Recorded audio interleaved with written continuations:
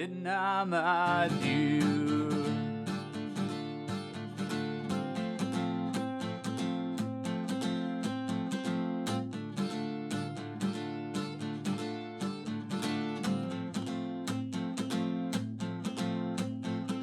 Tremble for yourself, man, you know you've seen all of this before. Tremble, little lion man, you'll never settle any of your scores. Your grace is wasted and your face, your boldness stand alone among the wreck.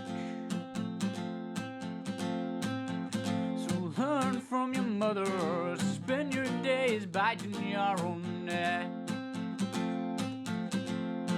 And it was not your fault but mine, and it was your heart on the line. I really fucked it up this time, didn't I, my dear? And it was not your fault but mine, and it was your heart on the line. I really fucked it up this time, didn't I, my dear? It was not your fault but mine, and it was your heart on the line. I really fucked it up this time, didn't I, my dear? Didn't I, my dear? Where's the boom pole when you need it? Yeah, where's the boom pole? Wrap it around.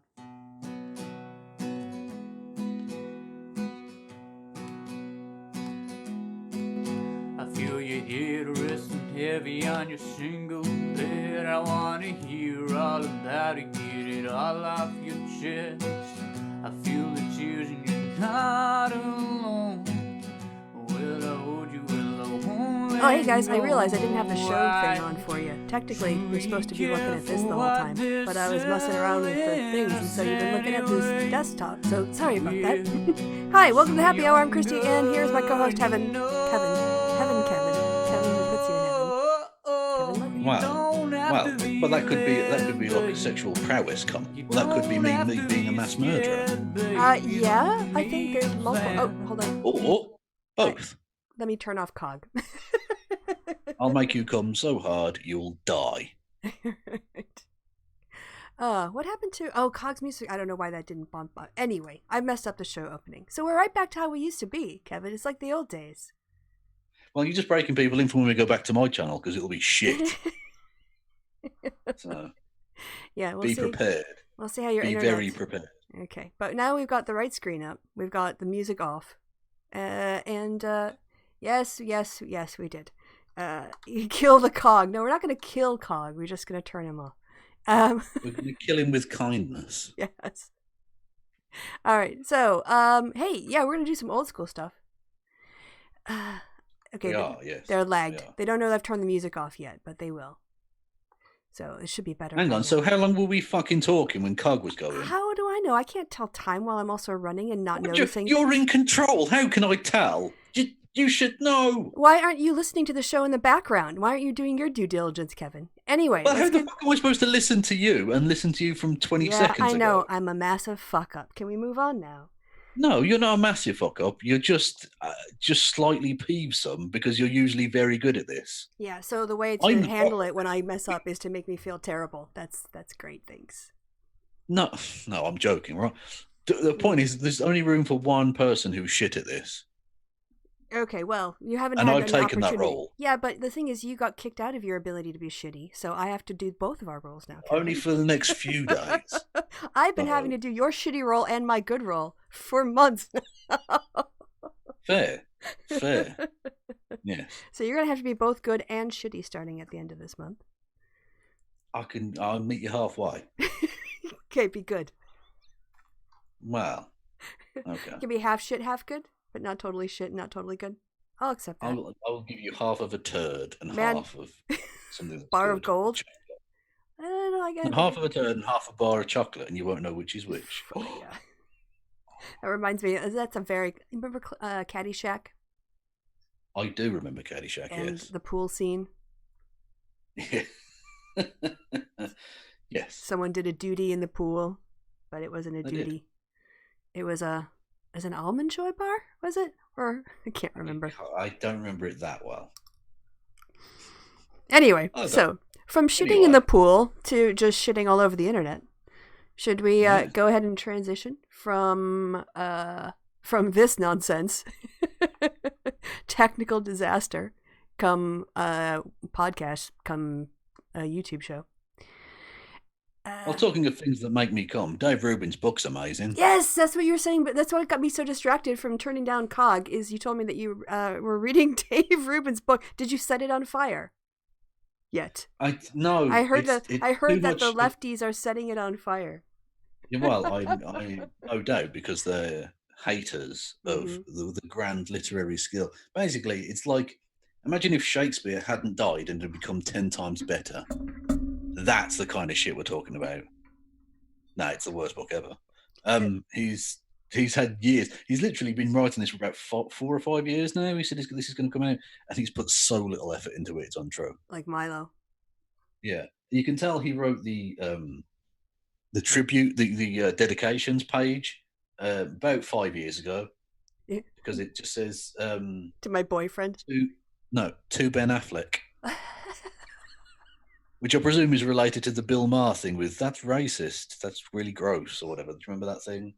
No. It was like a the Islam thing. Yes. Yeah. That's about 5 years ago.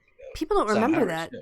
I mean, I had to reach for exactly. That's how long ago. That's how long ago that was a relevant meme, and that's his dedications page. Can I just say that I saw someone on Twitter, like a doctor, tweeted out that someone who in their thesis, in their dedications section or acknowledgement section, forgot to delete out the line "all the hoes that hated on me." And then, like, I approve. Like, I'm glad they left that in. This also, I want to acknowledge all the hoes who hated on me. In your Fair face. No, that's absolutely righteous. Yeah. So it was kind of it reminded me of, it was a better version of the Ben Affleck story, because it wasn't by Dave Rubin, because he couldn't do it. And I can't believe Dave Rubin dares to still call himself a stand-up comedian. Does he in this Some book? of the humor in this book, I'm about halfway through. Some of the humor is, I don't even know where to begin. All right, so give us a summary of, like, an overview of what the book is meant to be, and then what it actually is. Oh, right. Well, it's basically a rundown of his shtick. If you go through the chapter titles, it's basically exactly what you would expect from Dave Rubin. You know, it's the left are trying to silence me, the left are all terrible, the right are awesome, is the basic gist, right? Yeah. Of course. So the chapter titles are all exactly what you'd expect of Dave Rubin, except that they're not all just called the regressive left. They might as well be, though. Okay, the regressive left, chapter 1, the regressive left, chapter 2. Yeah, but basically, yeah, that's the shtick. And oh god, so what do you think would be like the joke that a human being could tell in a book that would instantly mean that they're so unfunny they could never call themselves a comedian ever again? And not in a humorous kind of sly inside joke kind of a way. A literal, he's telling a joke so old and shit that if you were to tell that joke seriously, which he does in a book he wrote, you would be disqualified from ever doing stand-up comedy ever again. You know the answer. I don't, so please don't keep us waiting. Denial is not just a river in Egypt. I mean, they've been singing that line in country songs since forever. Denial is not just a river in Egypt. Denial is not just a river in Egypt. Is an actual line he wrote in his book. And I thought, I wouldn't waste fire on this book. It'd be a waste. Yeah, it of would my be a match. waste of. It would, yeah, exactly. It would be a waste of. It would be almost as big a waste as the amount of 3 seconds of fucking effort he put into this book. I mean, I feel sort of bad for Dave Rubin fans because it's humiliating. They must look at this and think he thinks so little of us that he wrote this pile of utter donkey smegma. So that we could trade our money in for it. Yeah, he's charging people money for this. Now, I thanks to a fantastic YouTuber who I don't know if they want to be mentioned necessarily, but I'll keep them anonymous. But they gave me a free e-copy, Okay. a downloadable PDF thing. So I haven't given him a fucking penny. Good. I never would. But yeah, it's just what? Just fuck off, Ruben. Just fuck off. You tiresome, boring cunt. Are you going to do a sort of a Lefty Reads Dave Rubin homage to Steve Shives? Well, I need to do a kind of dry run hangout Okay. thing. Yeah. To like get back into the swing, because I genuinely haven't run a hangout for months now, so I don't even know if my fucking what's it even called anymore? I've totally forgotten all these OBS? things. OBS, that's the word. Damn, you are. I forgot if OBS even works. I don't even know. It might have broken. I don't think so. It probably just needs a couple updates, and then he'd be fine. Exactly. So I might have to do something like that. And what better? I still, even though I'd be fucking around and doing it as a sort of semi-joke or whatever, that would still be putting more effort into this than Dave Rubin put into actually writing it. I'd like you to do it as a sort of an Atheist Reads homage, like find a baseball cap and sit on a stool. And the Hagerstown Suns are a huge franchise here. Right. Yeah. I definitely right think after, I'll be able to find. Yeah, it's like Man United, and then exactly. Those are the two biggies. Tied. United and Suns. Yeah. Do they even exist anymore? I don't know. Yeah. Anyway, so Dave Rubin's garbage. Oh, Culture Shots is inviting you to do an Orwell stream soon via our chat. Absolutely. We're going to do. But I wouldn't do that as a practice run. I actually respect you, Hank. Whereas Dave Rubin's scum. So I'd happily, Once I'm back in the swing of things, we were going to do Road to Wigan Pier was the next one. So if you want to get on with either reading that or rereading or whatever, then we'll get it. Hank also reminded us that Milo put out a supposed book of poetry that mostly ripped off Tori Amos songs. Oh, for God's sake. As if 2020 couldn't get worse. I think that was earlier. I think that happened. I have a vague memory of that being discussed. Really? I don't know. All right. Well, you guys can discuss that on your Orwell stream. So long. Yeah. Other than he shows up at Jacob Wall press conferences in Sargon. Well, that was like a blast from the past. That was like sitting out at school for him. It's like, oh my God, I haven't seen you in ages. What are you up to? Wow, you look really terrible, man. Cool. What happened to you? Next one. Yeah. So you wanted to slum a little bit. Well, I did. Are we doing bookmarks? If you want to do bookmarks, I don't really have any bookmarks. All I want to do is share my popcorn maker with the world. I'll turn the sound down now. Yeah, do that. I'm very excited. This arrived today. And so I've got the popcorn right here that I made on this video. It's the first time I've had like a proper popcorn maker since I've come to Europe. I've only been making popcorn like on the hob, on oil, and You fucking animal. Kind of burning it sometimes. So, yeah, hot air popcorn maker. But I don't believe that. I'm a popcorn truther, I think. That could be anyone's popcorn maker. That could be generic background popcorn footage. Other than, you could actually see my 1920s haircut style in this part. That could be a popcorn maker from the 1920s. It could. I saw this random thing about, it was called Room 237 on Prime. And it was supposed to be a documentary about The Shining. And it really was mostly just fans talking shit. I mean, it wasn't actually a proper documentary.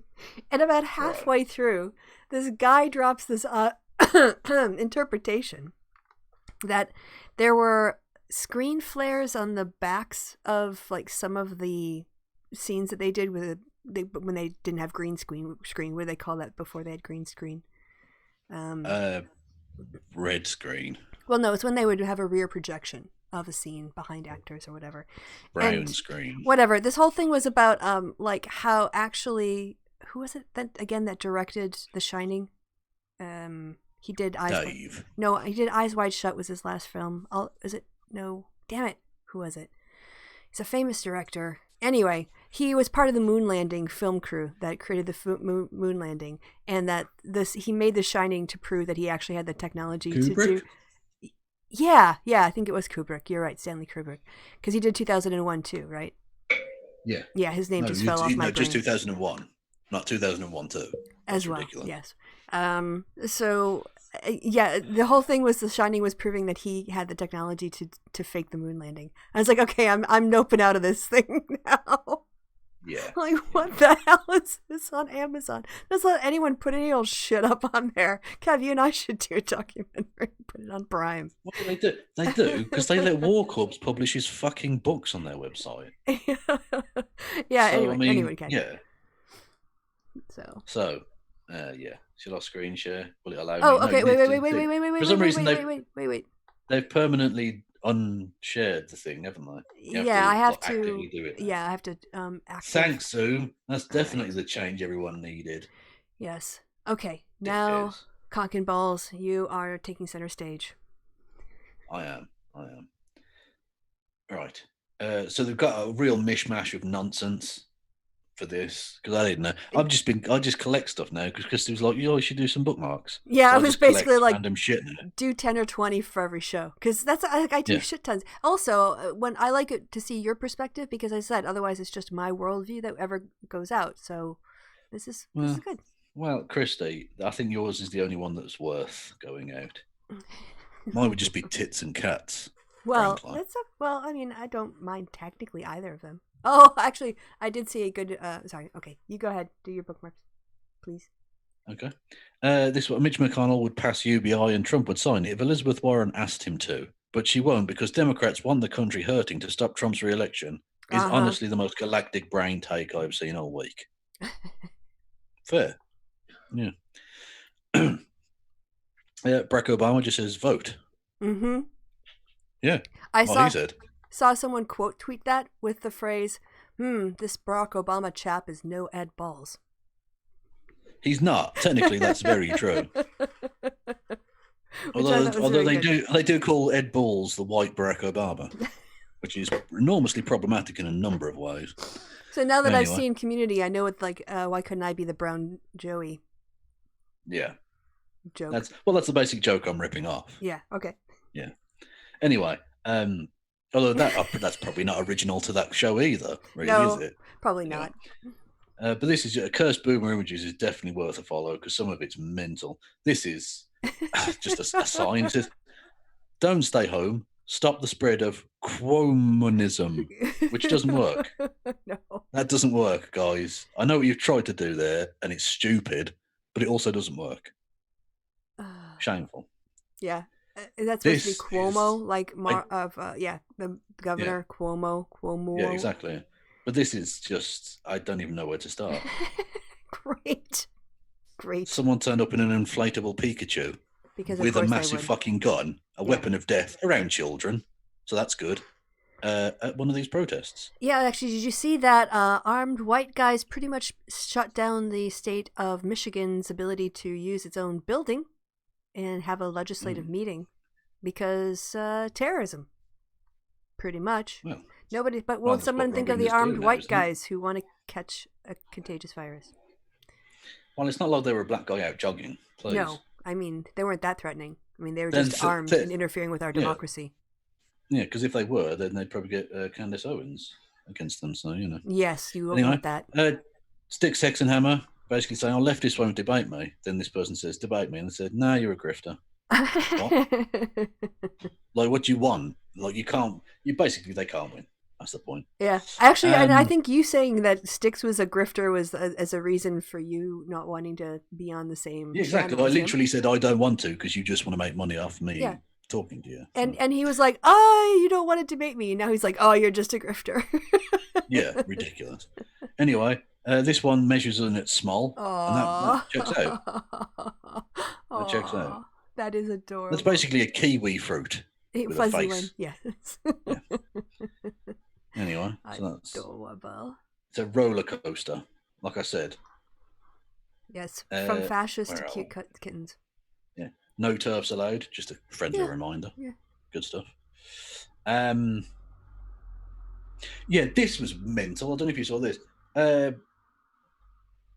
Rudy Giuliani, as we know, is fucking crazy. Now, judging by the comments under this. He got dragged. Apparently, this is incorrect. But I just want to read this out, right? It says, Judge Emmett Sullivan is no longer acting like a judge. As a district judge, he must follow the rulings of a higher court. The DC court has pronounced that the decisions of dismiss pending charges lie squarely with the ken of prosecutorial discretion and ... Mm-hmm. And he left it there. He did not respond with anything further. He just said, and ... and didn't respond after that. Just left it. Brilliant. Thanks, Rudo. You've enlightened the world, you Right. fucking idiot. Amazing. I don't know if he died, maybe, halfway. I don't know. Anyway, this is mental. Someone presumably printed this out themselves. I don't know. It says, this looks like a simple mask, but it's really part of a vast liberal Chinese conspiracy to destroy America and subvert white men. Yeah. Yeah. Who told them? Who blabbed? That plan was supposed to be secret between us and the SJW army, Kristi. We've got a mole. Yes. I mean, wearing something that would actually protect your health, not only from the coronavirus, but basically just any germs generally would reduce your chances of exposure. Yeah, that's trying to subvert white men. It's all about you, guy. It's all about you, white dude. Yeah. Oh, man. Yeah, and also as a white dude, why are you playing into that plan to subvert yourself? Yes, take your mask off. No, don't take your mask off. But dickhead. This one was quite funny. Bearded Rand Paul looks like the college professor that mysteriously fired in the middle of the semester, and all of the staff refuses to talk about it. Yes. Yes. Yeah. Fair. Yeah. I see it. There's no argument with that. He hasn't even done his hair. Fucking hell. No, he's really slumming. He looks a bit like the kind of, they took one of those homeless guys and shaved them and put them in a suit. Without doing the full makeover. They just exactly. They still have to take him in to see Jonathan to get his hair done. Exactly. This was quite funny. This was a thing that was going around. It's outrageous how in the middle of a global pandemic, there are still rumours going around that Dennis Prager molests his dog. Folks, this is just irresponsible. We don't have any definitive evidence yet that Dennis Prager molests his dog. I doubt #Dennis Prager molests his dog. It's just a generic insult. Yeah. Absurd to suggest that Dennis Prager molests his dog. There's just no way. I'm hearing rumours that Dennis Prager molests his dog. This is highly irresponsible speculation. I will not stand by it. I support a proper investigation into the matter rather than leaving this to a childish online mob. I completely agree. I don't think we should recklessly just accuse Dennis Prager of molesting his dog. We shouldn't do that. It's terrible. Moving on. This tweet sent out by this twat says, wouldn't want the commies in blue states to see us Floridians all out in the bars having a good time with no face masks. Might destroy their narrative that everyone's going to die, blah, blah, blah. Retweeted by Donald Trump. Great. Yeah. We're battling a virus, and our president has officially taken the side of the virus. Mm-hmm. He doesn't care anymore. People are going to die. He doesn't care. Yeah. This was depressing as all fuck. During the pandemic, they took homeless people and put them in hostel shelter stuff, which is nice, right? Mm-hmm. They did it mainly because, not to help the homeless people, to stop them spreading to rich people.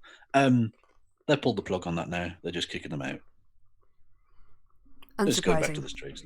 Yeah. The British government are scum. I mean, just absolute garbage. Cute cat. Palate cleanser. Yes, very much palate cleanser. Thank you. Needed that. Palate cleanser. There you go. Cool. The UK government's press briefing explained. We are fucked. Yeah. Truth. Absolutely. Any more clarity on those instructions yet? No. No. It's all a mishmash of bollocks. This is amazing, right? This is amazing for two reasons. Firstly, the Daily Mail is... this is genuinely their front page headline. It says, magnificent staff across the nation are desperate to help millions of children back into the classroom, but militant unions are standing in their way. Let them, the Mail implore, to them, the Mail implores, let our teachers be heroes. Let our teachers sacrifice themselves. Which is horrific. Yep. Militant bashing, union bashing nonsense. And also, health and safety. They also managed to make it enormously racist.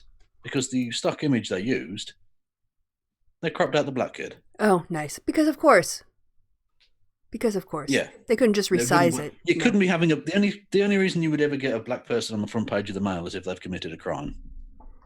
That's literally it. Why don't they just admit that millions of parents rely on the school system as a free babysitter? Yeah. Because that would be to admit to the underlying fuckery of the economic system we live in. Yeah. They're not going to do that at the moment. And how undervalued they are in their pay and their work. Yeah, exactly. Absolutely, yeah. Me every single day of the quarantine. I'm not even supposed to be here today. I just wanted to put that in because I love Clerks. Yeah, Clerks is great. Movie. Yeah. Yeah. This was quite nice. God almighty. We're going to hear a lot about the word "thought" in just a second. That's a little bit of a warning. It'll set us up for simp. Indeed. This is an amazing thing. I didn't even realize this was a website. It's called coalfax.ru. So it's run from a Russian website. Oh, great. Russian domain. Great. I have no idea if it's a Russian running it, but it's... Are we aware of the phrase coal burner? No. It's a particularly racist and misogynist one. It refers to a non-black or basically a white woman sleeping with a non-white man, i.e. putting coal in their oven.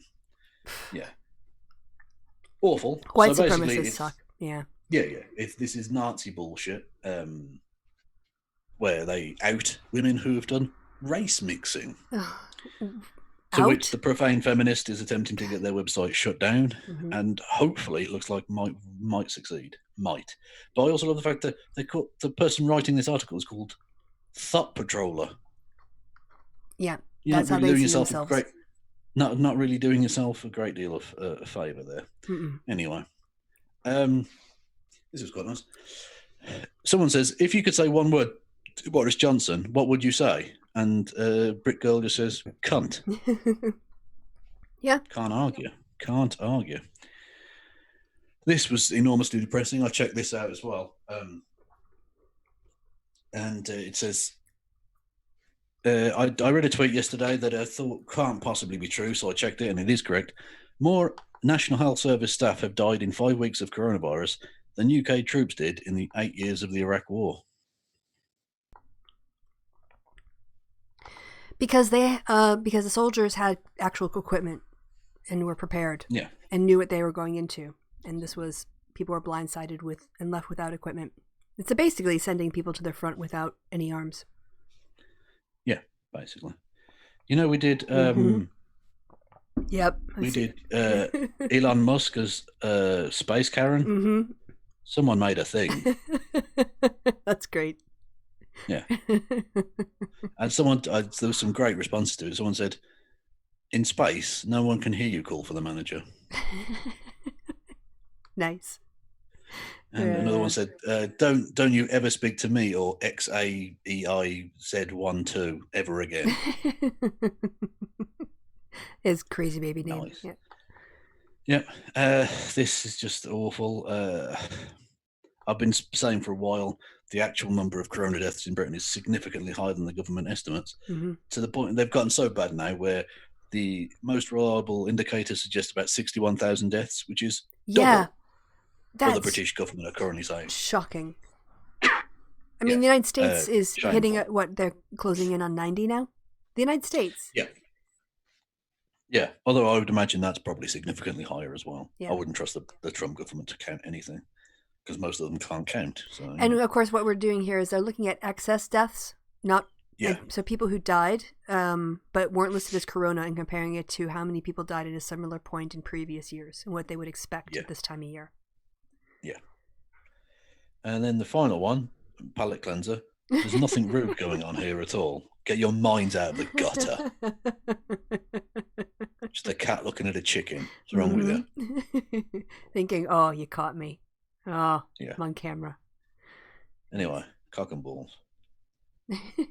Cock and balls is back again. All right. Let's, how do I close that window? How do I minimize the group chat window? I don't want that up either. Anyway, fuck it. All right, let's see. Looks like a Scientology promo from Culture Shots. That Space Karen. Yeah. Oh yeah, absolutely. No, it does. Yes. Yes. Garrett said there are plenty other outer spaces I could go to. Yeah. Yes. Okay. All right. So I guess then, I guess we'll set up the Sargon longer sampler, which is what people really showed up for, and it only took us a half hour to get to it.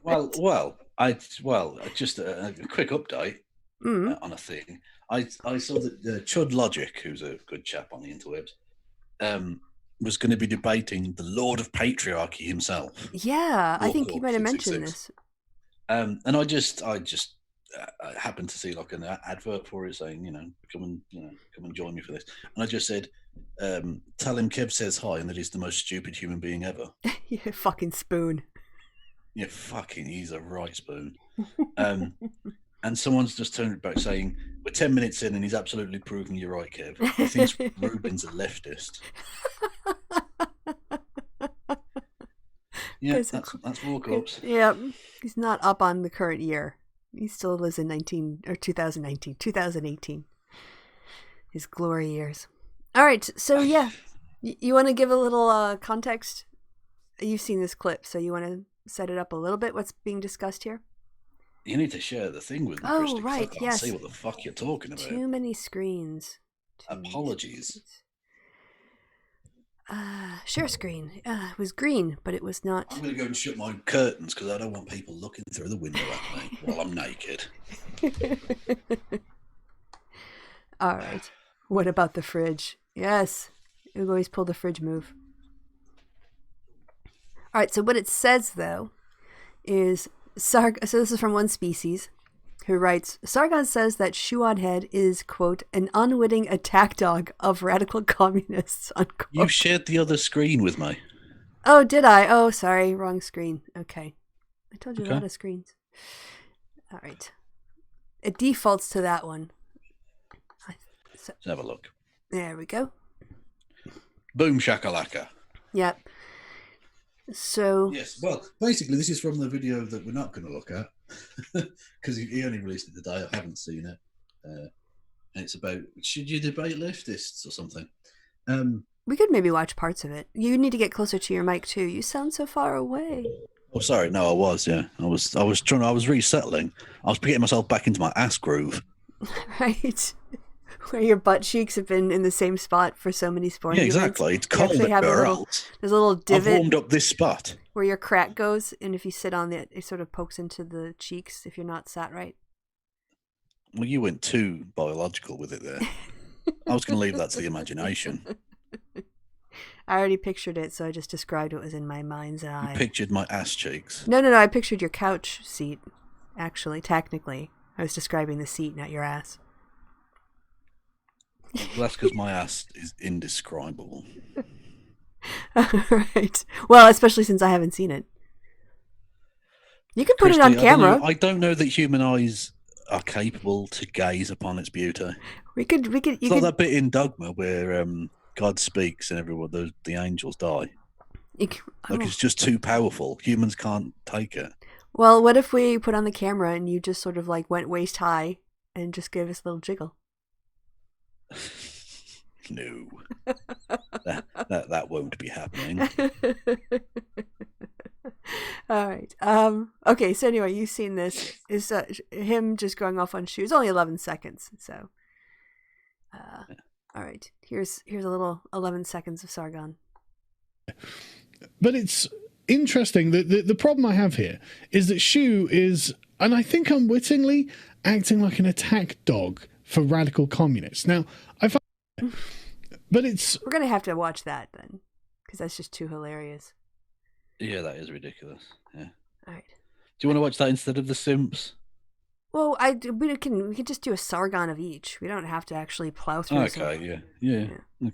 Okay. And the volume was okay for you? Yeah, that works. Is it worth... Roy Klatt said I had to claw my way out of Kevin's ass prints in his couch. Well, if that is really Rory Katz will know the danger. He will often sleep behind me, and I'll roll over onto him, and then he claws me. Right. As if I'm the bad guy here. You slept behind. What did you expect to happen? You know I move. Dickhead. So Vosh is tweeting. She was tweeting at her crush, Vosh. I guess. Oh, 2 absolute garbage bags. Good. Yeah. I don't know what Sticks and Hammer was tweeting out. Actually. Oh, that's the same it's the thing, same thing. I showed. Yeah. Leftists won't debate me. Yeah. And then Sticks replies, I guess I can just make this the full screen. Also, can we just take a second to admire Carl's amazing haircut? And his buzz cut. It's very 1980s football hooligan. It is, or Borstal Kid. We want to describe what a Borstal Kid is to the. Oh God, a youth offender hostel child, basically. Just looks really. Basically, standard government issue haircut. Mm-hmm. Yeah, he basically set his clippers on I don't know, what do you call it, like a 3, and then just run around his head. The prison buzz cut is what that is. No effort. Yeah, exactly. He's being paid he has to do 4 heads per fucking hour. Otherwise, he doesn't get paid. Yes. Zoom, zoom, zoom. So, all right. So, I don't know if you can see this or not, but Sticks replies to Shu, disconcerting to see you stoop down to chuckle with someone whose initial antagonism of me involves him explicitly stating he knows little about my content, a person whose career is predominantly a slew of outright antagonisms of other creators. Sad. Well, can I just... I'll sum up Stickx an hour. Basically, he's a kind of weird Nazi guy who reckons he got Trump into the White House because he put a hex on Hillary Clinton. Yeah. So real deep. Worth debating. So yeah, she was having a little tiff, and she's trying to drag in Vosh. Well, I guess she's trying to senpai notice me with Vosh here. Her which is really strange because he's way smaller. I don't even get it. Then Sticks or Vosh? Well, both. She's got like I don't know, 1 million subscribers or some shit. Like she doesn't need to talk to any of these fucking muppets. Yeah, as just general practice, I try not to get into their minds too much. I do. That's entirely my shtick. Like I'm trying to work out, what are these people? The fuck are they doing? All right, so let's hear Carl complain. Now remember, Carl's channels are all demonetized because his content is trash. So yeah, let's have a little listen to him whine. Debating BreadTube. This is the question that is being raised by Sean Head when she tweets to Vorsh, a communist YouTuber who wanted to debate Styx Hexenhammer 666, who's a libertarian YouTuber. And Styx doesn't want to do this because I don't know that the word Vorsh... libertarian really works when he will literally stand with a Roman Empire flag behind him. Don't know that strictly speaks small government to me. Yeah, good point. You know Styx a bit better, so I'm relying on it. Yeah, he's trash. He's also trash. Holocaust denier, of course, as well, which is one of the main reasons I didn't want to debate him, because I don't see as being worthy. He's beneath talking to. Fair enough. And the thing is, Carl has actually been on with Vosh twice. Yeah. Right? Yeah. He did 2 debates with him, right? One that was just absolutely all over the place and incoherent, and then another one where it was pretty much the same, but Vosh did a bit better. So it's not like he's coming, Carl's not, at least from his perspective here, he's got no reason to go against Vosh and to side with Styx other than to be partisan and stick his nose in. And so I'm just commenting on that. He's went on with Vosh. To stick his nose into Styx Hexenham's belly, yeah. Yes, and nuzzle it. And send me some of your white supremacist viewers. Just saying. Yep. That little line of hair nothing wrong. Goes from nothing under wrong the with belly balls button on chin, Carl. down. Nothing wrong. Okay, hitting play. Just isn't worth the time. So 6 months ago he tweeted, leftists are so afraid of me they won't even debate me. Then, you don't want to justify my mediocre platform by wasting your time debating me and thereby associating your brand with my hideous obesity, malicious antagonism, and elementary school style commentary. Well, you must be a chicken, ha ha ha, I win, heavy mouth breathing noises. Now, what's surprising... What an intelligent retort. Yeah, it's Swiftian, isn't it? Absolutely amazing. Didn't actually... Okay, I'm just watching from the sidelines. One of the foremost thinkers of modern conservatism. On the YouTubes. on the YouTubes. All right. Oh yeah, you guys can see that I've totally been doing research on D&D, and I also am watching The Wolf Among Us, the full game, which is phenomenal. I absolutely love it. So is that the shit you sent to me? Yep. At least just look at the first couple minutes of the scenes, because I don't trust beautiful. you. I don't trust you anymore. Why? You've lost my respect. For what? For sending me rubbish. Have you watched it yet? I clicked on it and I went, "What the fuck is this?" and clicked off it. All right. Well, I just know that visual. It didn't aesthetics... grab me in the first 5 seconds. Technically, what's called a millisargon. Okay. I asked you to give it 5 minutes. Yeah, but I'm busy, Kristi. That's all right. I had some fluff to pick out my belly button and stuff. I was swamped, you know. All right. Well, I have to not watch the end of it because I've got a friend. We're going to spend a weekend binging it, playing it at his place. So I have to actually not watch anymore. Otherwise, I'm going to know how it ends. Anyway, we can get back to Sargon here. Okay. Amazing about this is the lack of compassion that she was showing here. I can't believe that she thinks. Carl's worried about a lack of compassion, really? Carl? Yeah. Really? I mean, she really should have just intimated that maybe she would rape him, and then that would be compassion, wouldn't it, Carl? According to that would be your way of showing compassion to another human being. Mm-hmm. Carl, I don't really care about your moral outrage, lad. Just gotta say. Don't. Not at all. Don't care. What a loser. Jesus. All right, here we go. Also, Vorsh's black audience. isn't slimming, motherfucker. I don't know who told you that, but it's not real. Did you say black is not slimming? Yeah, he wears all black because he thinks it makes him look slim. All right. Yeah, I thought you said for something completely different, but all right. We're just going to hit black. Well, Kristi, I'm the black M&M, so I'm allowed to say it. Yes. You can make you can rhyme the way you want because it's art, man. All right, here we go. Exactly, yeah. Carl's, Stop trying to stifle my creativity. Yes, Carl's fake concern here, concern trolling. Why isn't June being more compassionate? She's, after all, a WOMS. Aren't WOMs supposed to be nice and soft and supportive? Yeah, can't she go back to slut-shaming women I don't like? Yes, that was so much more fun. Right. Isn't also an instrument to abuse people, which is what Styx is objecting to. Now, I'm not saying that's good or bad. I personally don't care. However, that doesn't mean that's not the case. Vorsh very much is about grandstanding to his audience. Unlike you, Carl, when you still had the Antifa flag behind you 6 months after it happened. Yeah. But you don't like grandstanding in front of your audience. Hey, remember when you went to that press conference and you started to do guns at people? Yeah. Yeah. I don't care what you have to say about me. I'm fucking awesome. But Vosh is grandstanding. Okay, Carl. Yeah. Which, to be fair, is true, but there's just, wind your neck in, lad. Your lack of self-awareness is astounding. Precisely. Yeah. No one can take you seriously when they just reflect on your life. Ironically, this is, what's it called? Sargon's Law? Mm-hmm. Projection? Yep. Yeah, the thing that already had a medical diagnosis. Yeah, that one. Yeah. Okay, here we go. About ideas that he himself doesn't have the balls to implement. So that's how we know that they're not good ideas. He personally isn't going to do it. Hang on. What? Institute? Oh, hang on. Right. So, he's a communist, which I believe is for the first time ever, Carl's called a communist a communist who is actually a communist.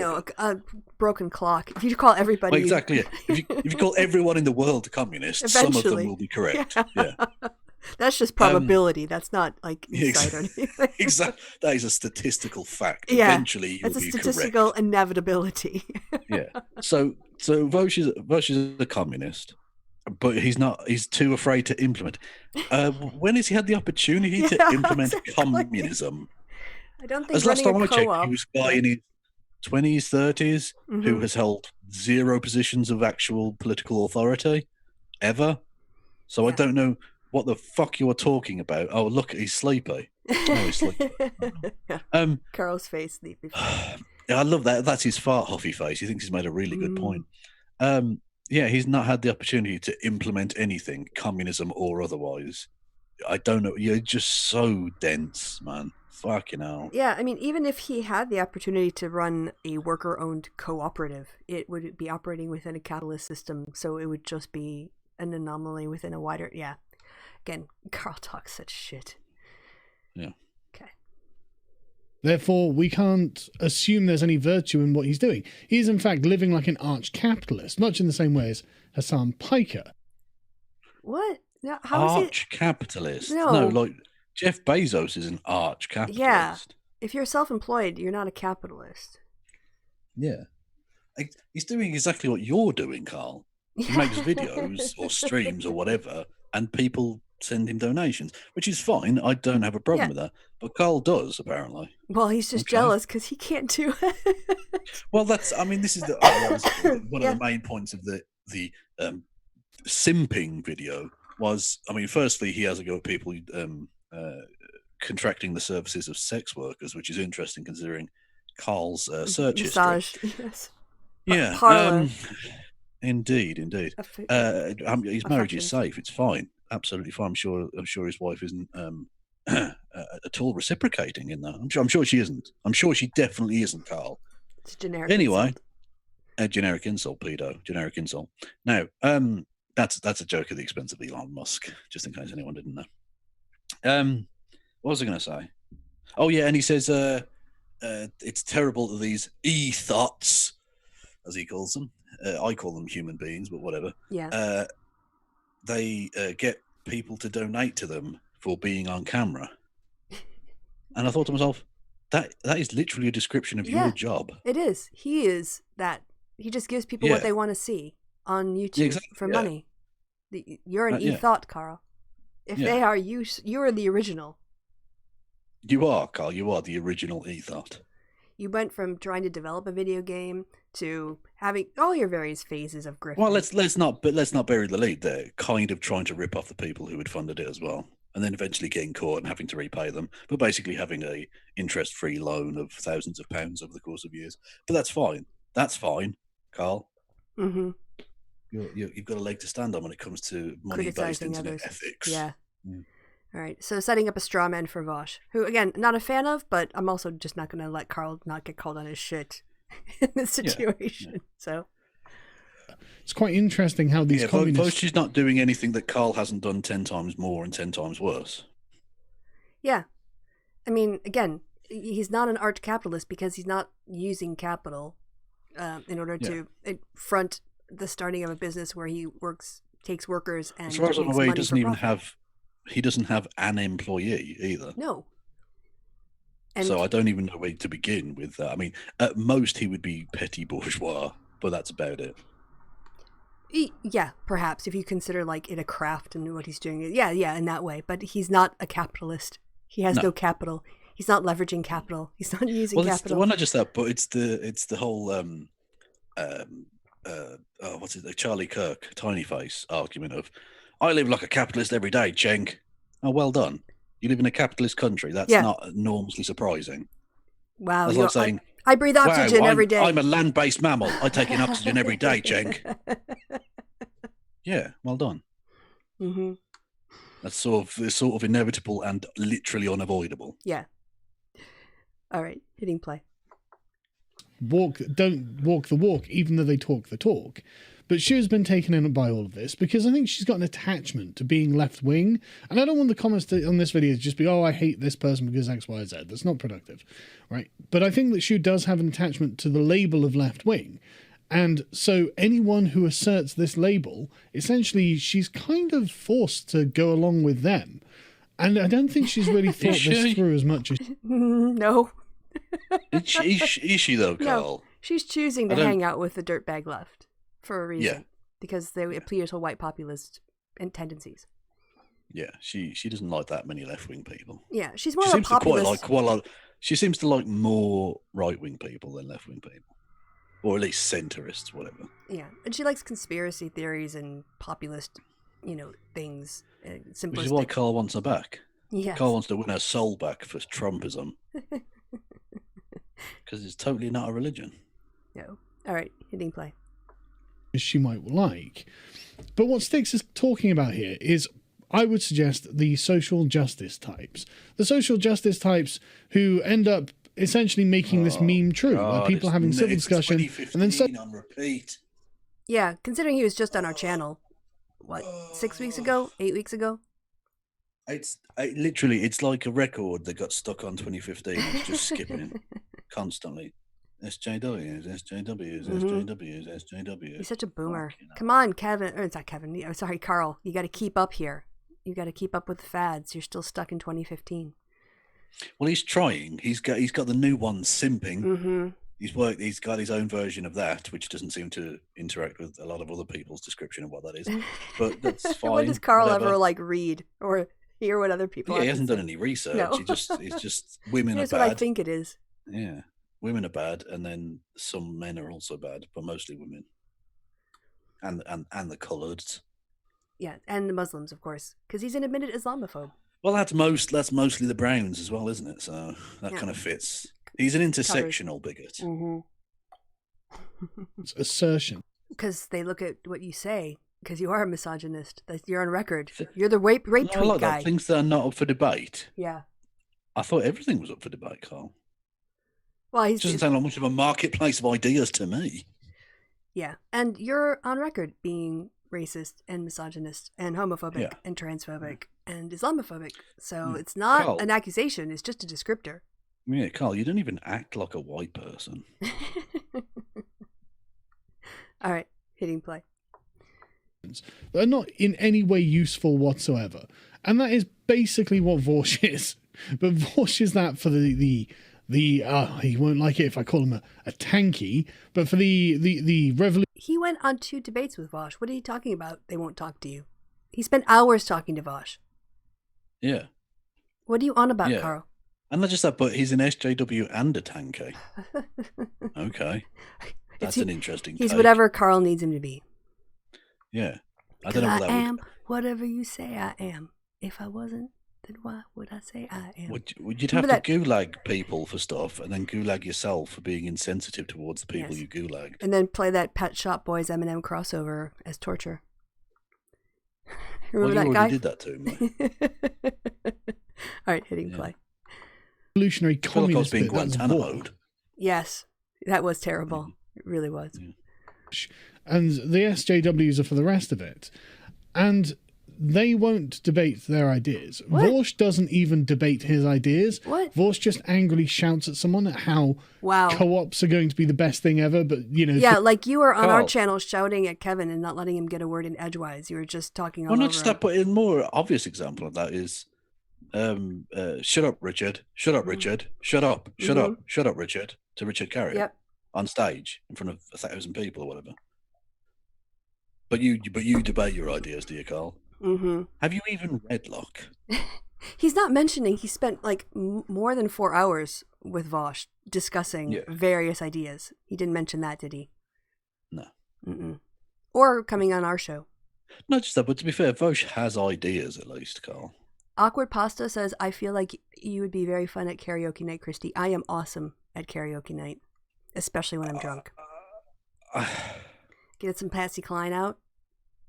Crazy. Crazy for feeling. You and I are gonna have to do karaoke night. I'll have to find a karaoke night with social distancing. That is what we like to call a bar emptier.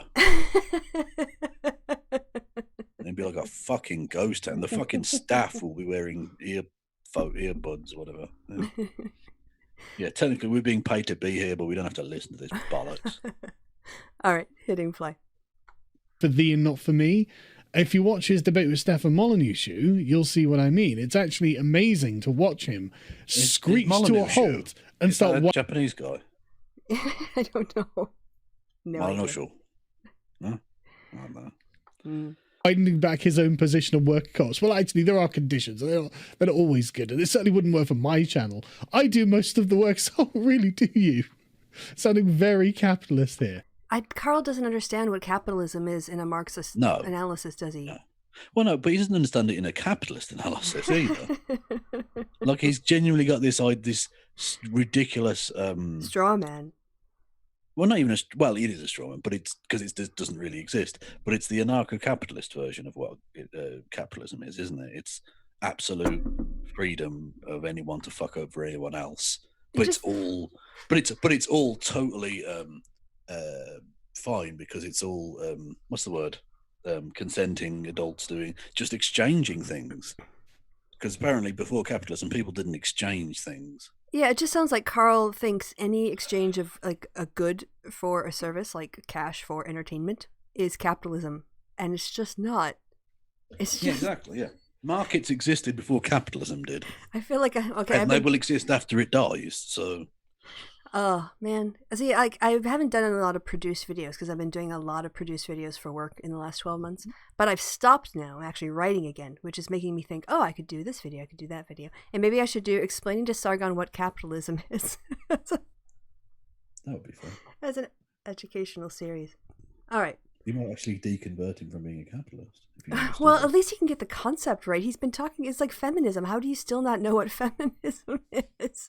Because he's got a financial vested interest in never understanding it. And making it whatever it happens to be the particularly tactically advantaged enemy, for him to fight. To give him a straw man. Okay, hitting play. But it's interesting that the problem I have here is that Shu is, and I think unwittingly, acting like an attack dog for radical communists. Now... So sorry. Now the context of this is... So, and you can tell what a propagandist he is because tell me the last time you saw a communist who wasn't radical. Yeah. Isn't that literally sort of the point? Yeah, radical on a political spectrum means you want to completely transform society. Just like a reactionary wants to like take it back to an earlier time. They want to transform it, but they want to take it back. Whereas a radical wants to make it something new. So yeah, like all Marxists would be radical. Yeah. There used to be a radical feminist that wasn't associated with turfism so much, that was really about breaking things down and questioning. Well, there literally a Marxist feminist is a radical feminist. Yeah, but you just don't have to be a turf with it as well. Right. But yeah, so apparently, Shu having a conversation. Well, first she didn't tag Sticks. I'm defending Shu here, but I'm just refereeing this. All right, I don't like any of the people involved, but if I have to referee this fight, this is what I'm. Yeah, this is a mud fight between three people you all want to lose. Yeah, you're just rooting for injuries in this, but you got to ref it anyway. You get a closer view that way. Shu didn't tag in Sticks into this. She tagged in Vosh. And Sticks, someone must have, like, one of his fans must have, he found it, though. Yeah. He's got a homing pigeon. Look, Carl, he's got a homing pigeon for his own name. Yes. Like, he knows instantly. His spidey sense is enough. Yeah, so he sought her out and initiated a conversation. She's subtweeting about him. Who gives a fuck? Like, people get subtweeted about all the time on Twitter. But she's not being an attack dog. She's just not in this scenario. She's not attacking Sticks at all. She's pointing and laughing at him. So that's how I call that one, by the way. So yeah, I find that really bizarre. Carl is a classical feminist. Yes, an anti-feminist, I think is what the current name for that is. Also, Kristiacity, radicals represent in the chat. Whoop, whoop. Okay, hitting play. Because you would think that the really far left, the really hard left, as Vorch inhabits, you would think that she would be opposed to that. Sticks replies with this. But Carl, you've got no leg to stand on any of this. You've literally described the Liberal Democrats as communists. So it doesn't mean anything when you say it. No. It literally doesn't mean anything. Also, I'm not quite sure what he's mad at her about for doing here. She said a thing he doesn't like, Kristi, therefore she's the devil. Right, okay. Sorry, thanks for clarifying that. I forgot how simple it could be because we're dealing with Carl here. Yeah. You've got to think of it like a 6-year-old. Right. How would a 6-year-old react to this thing? Okay, hitting play. Disconcerting to see you stoop down to chuckle with someone whose initial antagonism of me involves him explicitly stating he knows little about my content, a person whose career is predominantly a slew of outright antagonism of other creators. Sad. Well, that is true. I mean, you wouldn't if I was acting towards trans people in the way that Vorsh acts towards just anyone, then you would certainly say that I was in the wrong. Okay, let's go through the list. I mean, seriously, is this the battle he wants to fight? You've reacted like that to virtually everyone. Yeah. Fuck. You don't just treat people on the internet that way. You treat like members of parliament that way. Exactly. People who can actually do shit. You fucking idiot. So you're in the wrong a lot, Carl. Most people who want to be bullies at least pick on someone smaller than them. Well, that's at least smart in a Machiavellian sense. Yes. Of course, he doesn't respect women, so he always thinks... No, it's disgusting, but the point being is he's too stupid to even pick on someone who can't beat the shit out of him. Mm-hmm. Metaphorically, of course. She's not necessarily a violent person, so I don't think she would do that. But, yeah. Yeah, she's got a media presence, and you haven't, Carl, as we saw, Mr. 3%. So again, no leg to stand on. Yep. 0. You're legless, mate. And you're sober. That's why he's so short. Hitting play. So why isn't Vorsh in the wrong? Why is Styx not allowed to say, well, hang on a second, I actually don't need people abusing me online. This is from the debate meme people, right? Yeah. This is the person who's just complaining that SJWs won't talk to him. And now he's defending somebody who just refuses to talk to somebody else. All right, Sargon's Law. He's contradicted himself in his own video within the first 5 minutes. It's ridiculous. And it really is ridiculous because none of the people involved here have any room to be like moral high ground grandstanding on anything. And that, by the way, that's fine. And we've all said stuff which is rude and very possibly offensive towards other people on the internet. That's fine. We're grown-ups. You can deal with that. But apparently Styx Hexenhammer and Carl want to be prissy little fucking pearl grabbers on a fainting couch. Oh no, they've been rude to me. What's the You've got a Holocaust denier and Mr. fucking Rape himself. Like, come on. What's the right-wing version of a woke scold? Simp scold. No, I thought simp was also but that's what Carl's being. He's being a fash scold. Yeah, a fash scold. He's like trying to hear police now what June is and isn't allowed to say on Twitter when she doesn't even tag Styx in. He's policing. She's a communist, Carl. She's a communist, okay? Or she's gone over to the dark side. So, yeah. All right, hitting play. Don't have to debate with that. I mean, can you not find a more reasonable leftist than Vorsh? Is there no one that you can talk to? Yeah, he's on the dirtbag left, Carl. Their nexies are very well aligned. But Carl, you've debated him. Mm-hmm. So if you felt it was okay to debate him, why do you think that Styx not debating him is somehow also fine? Well, it is also fine in the sense that freedom of association means you can debate or not debate whoever you wish. But if your standard is, I will debate a person, why are you saying that it's brilliant that Styx won't? And then even though Styx has said, they won't even debate me. And then he's run away. He's a coward, Carl. That's the point. And he was criticizing SJWs for not wanting to have discussions, right? So he can criticize SJW tankies, which is a thing. Yeah. Apparently. So it's not okay when the left does it, but it's absolutely fine when some far-right person does it. Politically correct Stalinists. That's the thing I want to say. That'd be 2020 in a nutshell. What was that again? Who in Stalinists? Politically correct Stalinists. That's an SJW tanker. That would be interesting. Okay, hitting play.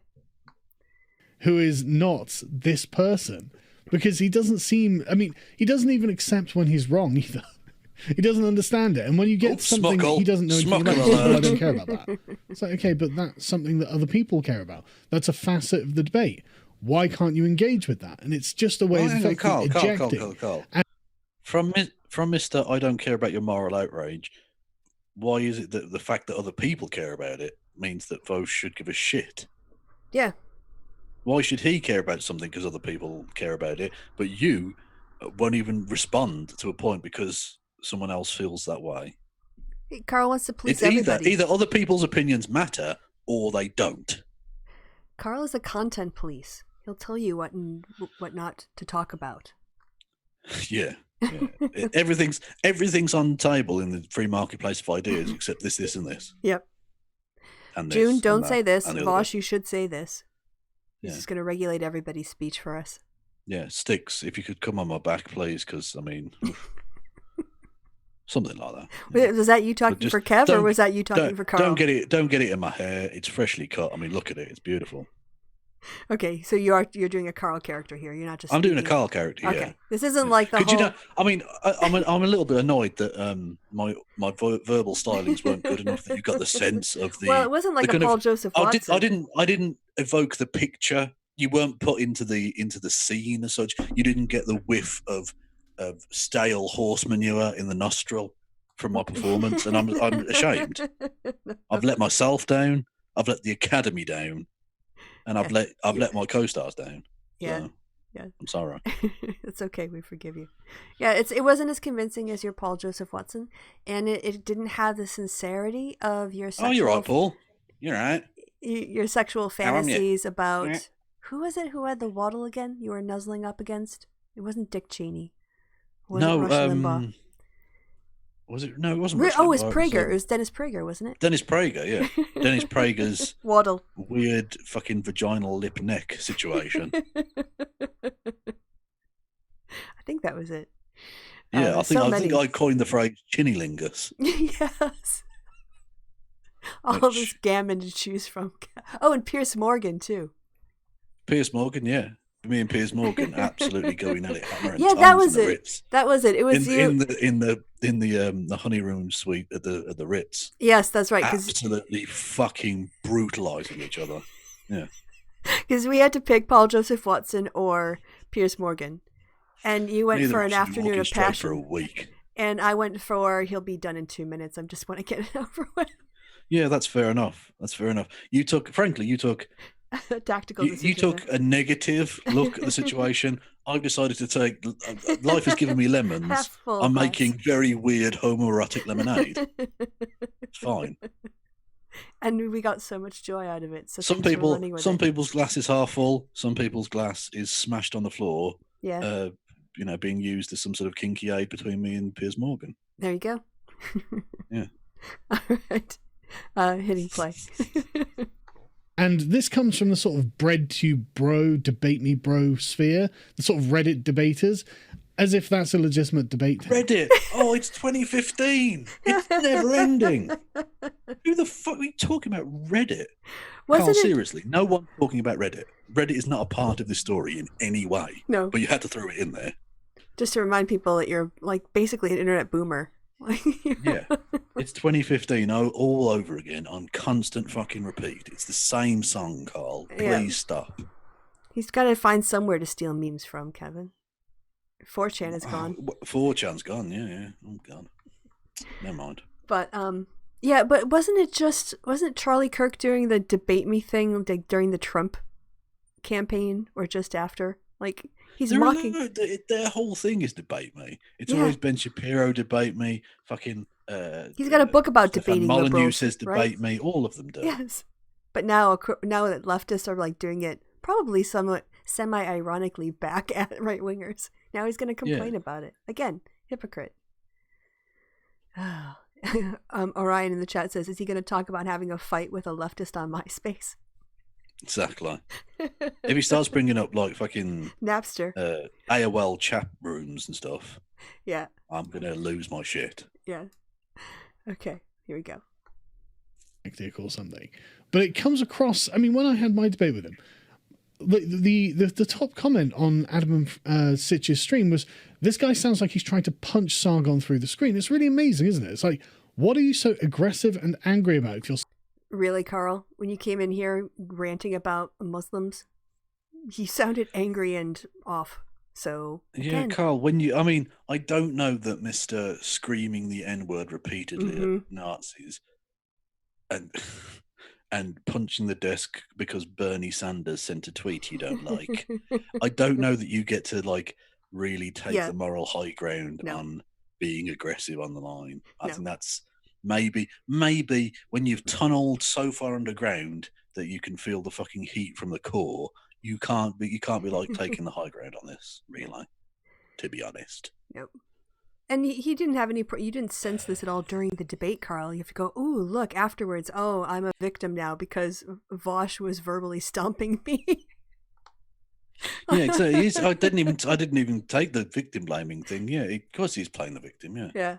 literally saying, "Oh, he was being mean to me," Mm. and the top commenter agreed, so I can now play the victim. Yeah. Although you came into this Give show. me money, give me money, give me money on my no, I don't have a Patreon. Whatever that fucking other subscribe star, because I'm totally not an ethot.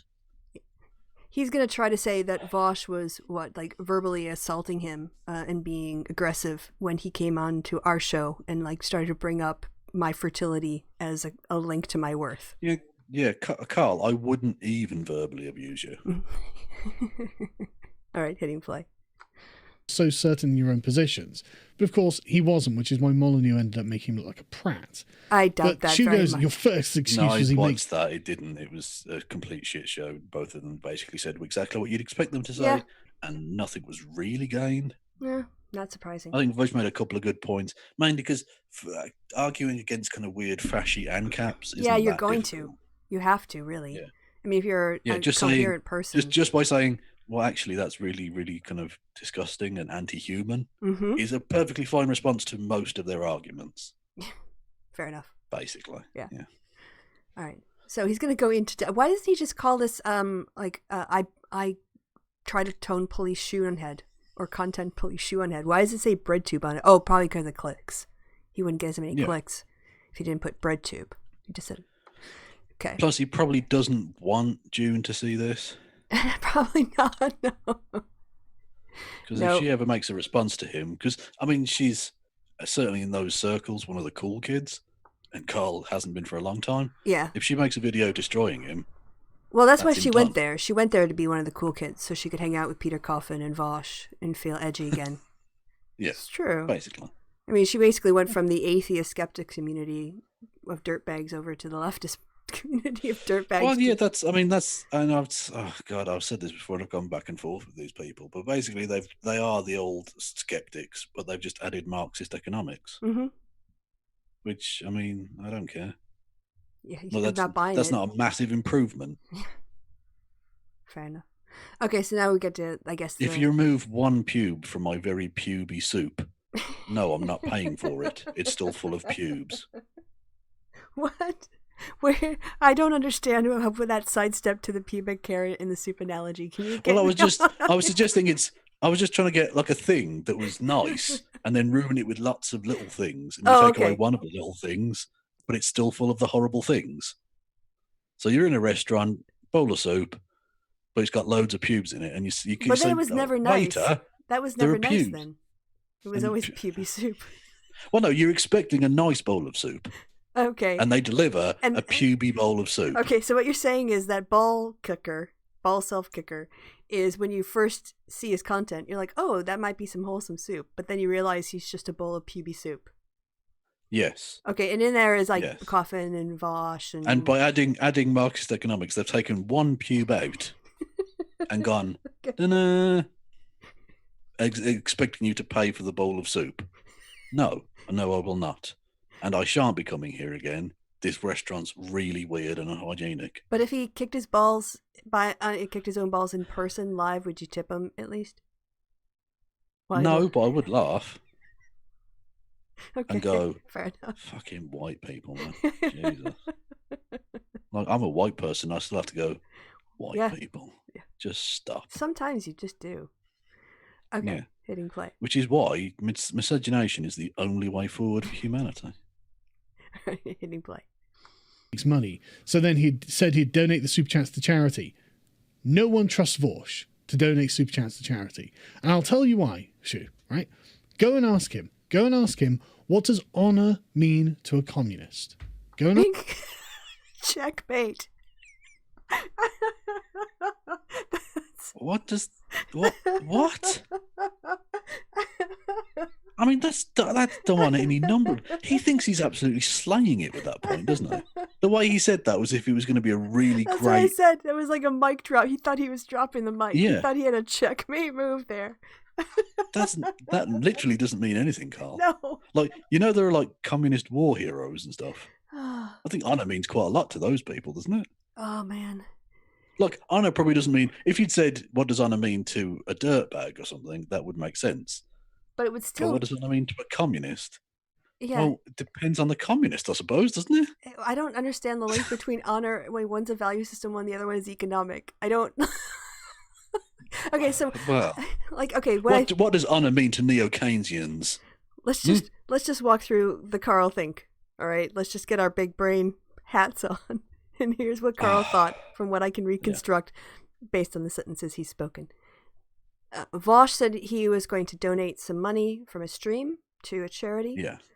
Carl asserts it is an empirical fact that Vosh will not have donated that cash to the charity. And his evidence is that Vosh is a communist, and apparently if you ask a communist, any communist, about honor, they will all give the same answer, which apparently has to do with not having honor, which means we can all be confident that Vosh never gave money to a charity.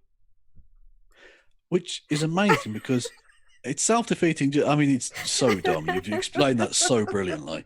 But it's amazing because if they all have no honor, then surely they would know the advantage would be in saying they do have honor. And because they don't have honor, they'll lie and say, yeah, I have honor. Because they know that's the response that will probably aid them better in the conversation. I mean, I don't. Communism and honor are like, it's just chalk and cheese. There's no. It literally is comparing apples and oranges. Mm-hmm. It's nothing. It's nonsense. That don't make no sense. Why can't fruit be compared? Why can't human things like honor and communism be compared? Why is like a moral thing and an economic thing not necessarily exactly the same? It's just phenomenal he manages to put his trousers on in the right direction every morning, as far as I can see. I reckon if we checked his feet most days, he'd have the shoes on the wrong feet. Maybe. Almost certainly. He just thinks he's got weird bendy feet some days. Sometimes they're more comfortable than others. Yeah, sometimes it pinches a bit, but they point outwards, and then some days it's fine. I don't understand it. All right, hitting play. Ask him. See what he says. Why should he honour that commitment? Why should he do it?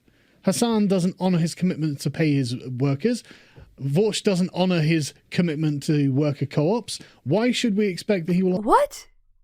Again, you don't have to start a worker co-op to be a communist. Again, this little fantasy world he occupies. Not just that, but Carl, your outrage is fake because you love Trump, and Trump has consistently throughout his career not paid people who've worked for him. Mm-hmm. So the fact that Hassan Whiteside may have done, and Hassan Whiteside, he's a fucking basketball player. Hassan Piker may have done something weird is, I mean... Also completely irrelevant to Vosh. I don't know that I can believe your actual outrage on that, really. He wants to say, because here's a person who says they're a communist who did something that's kind of similar. I can conclude that Vosh is going to be the same as this person in that situation, which was totally different. No. Because it is still 2015. He needs everyone he disagrees with to be that one version of a straw man. Yeah. They can't even be a slightly different version of the straw man. They all have to be exactly the same for his shtick to work. Benjamin in the chat saying the Hassan thing is a bit valid, though, which it might be. But the thing is, it has nothing to do with Vosh.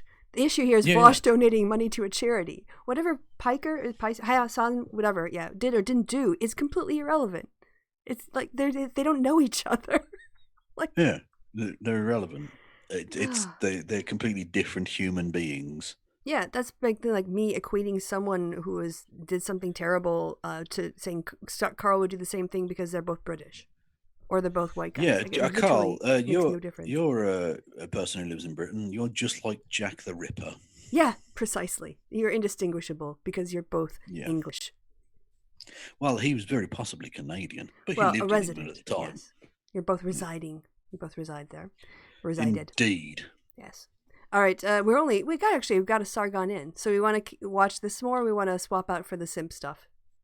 The simp stuff's kind of. But I've explained the basic gist of why that's funny. So let's just carry on with this bollocks. Okay. I mean, it might just be okay. I want to hear Carl's bad take on it. I don't understand his misunderstanding, inevitable misunderstanding of a term. But we can go with this for a little bit more. I kind of want to do a potpourri, not just one video. Oh, okay. Well, if you want to go with sampler. simping, then. Okay. Yeah.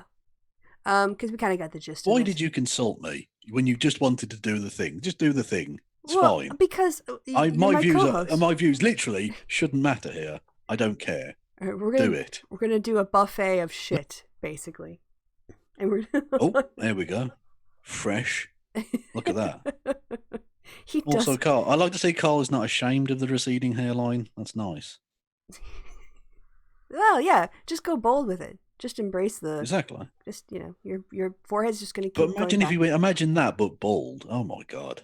Well, okay, so just kind of put your thumb. His head would look upside down. All right, if you put your thumb, kind of like over his hair, you can sort of make it out. Yeah, I can see it. He's kind of got a Stefan Molyneux look when he's bald. Yeah, white dude.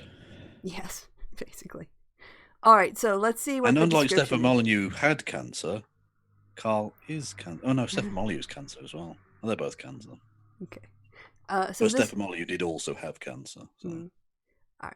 This is I'm going to show less because I want to promote his crap on my channel. But attractive women know men are attracted to them, and they also know that when men are attracted to women, they become easy. No, Kristi, manipulate. No. Hashtag men. Okay, yes, hashtag men. Right, got it. Thank you. All right, the ethot and hashtag ethot, hashtag simp. I love the fact that there's the 3 words because that's basically a very fine synopsis of this entire bit. So all we have to do the 3 words is hashtagged. Is saying that right-wing grifters know that hashtag men, some hashtag men, are manipulated or are attracted to them or their message, and they also know that when men are captivated by a grifter, they are easy to manipulate. The ethot grifter uses this knowledge to extract their money. So yeah. Apparently, but I like the fact that this is what he goes in about people profiting off other people's work. And the t-shirt he's wearing is literally a rip-off from George Orwell, who was a socialist. Yes, and all he. So you're literally using the work of a socialist to try and make money, Carl. Yeah. You ethot grifter. Also, his entire channel is reactions to other people's stuff. So all he does is take other people's work and comment on it. He doesn't add anything, he doesn't create anything new. Why is that thing in the background? Which thing are we looking at? This thing? Yeah, this. What is that? I don't know.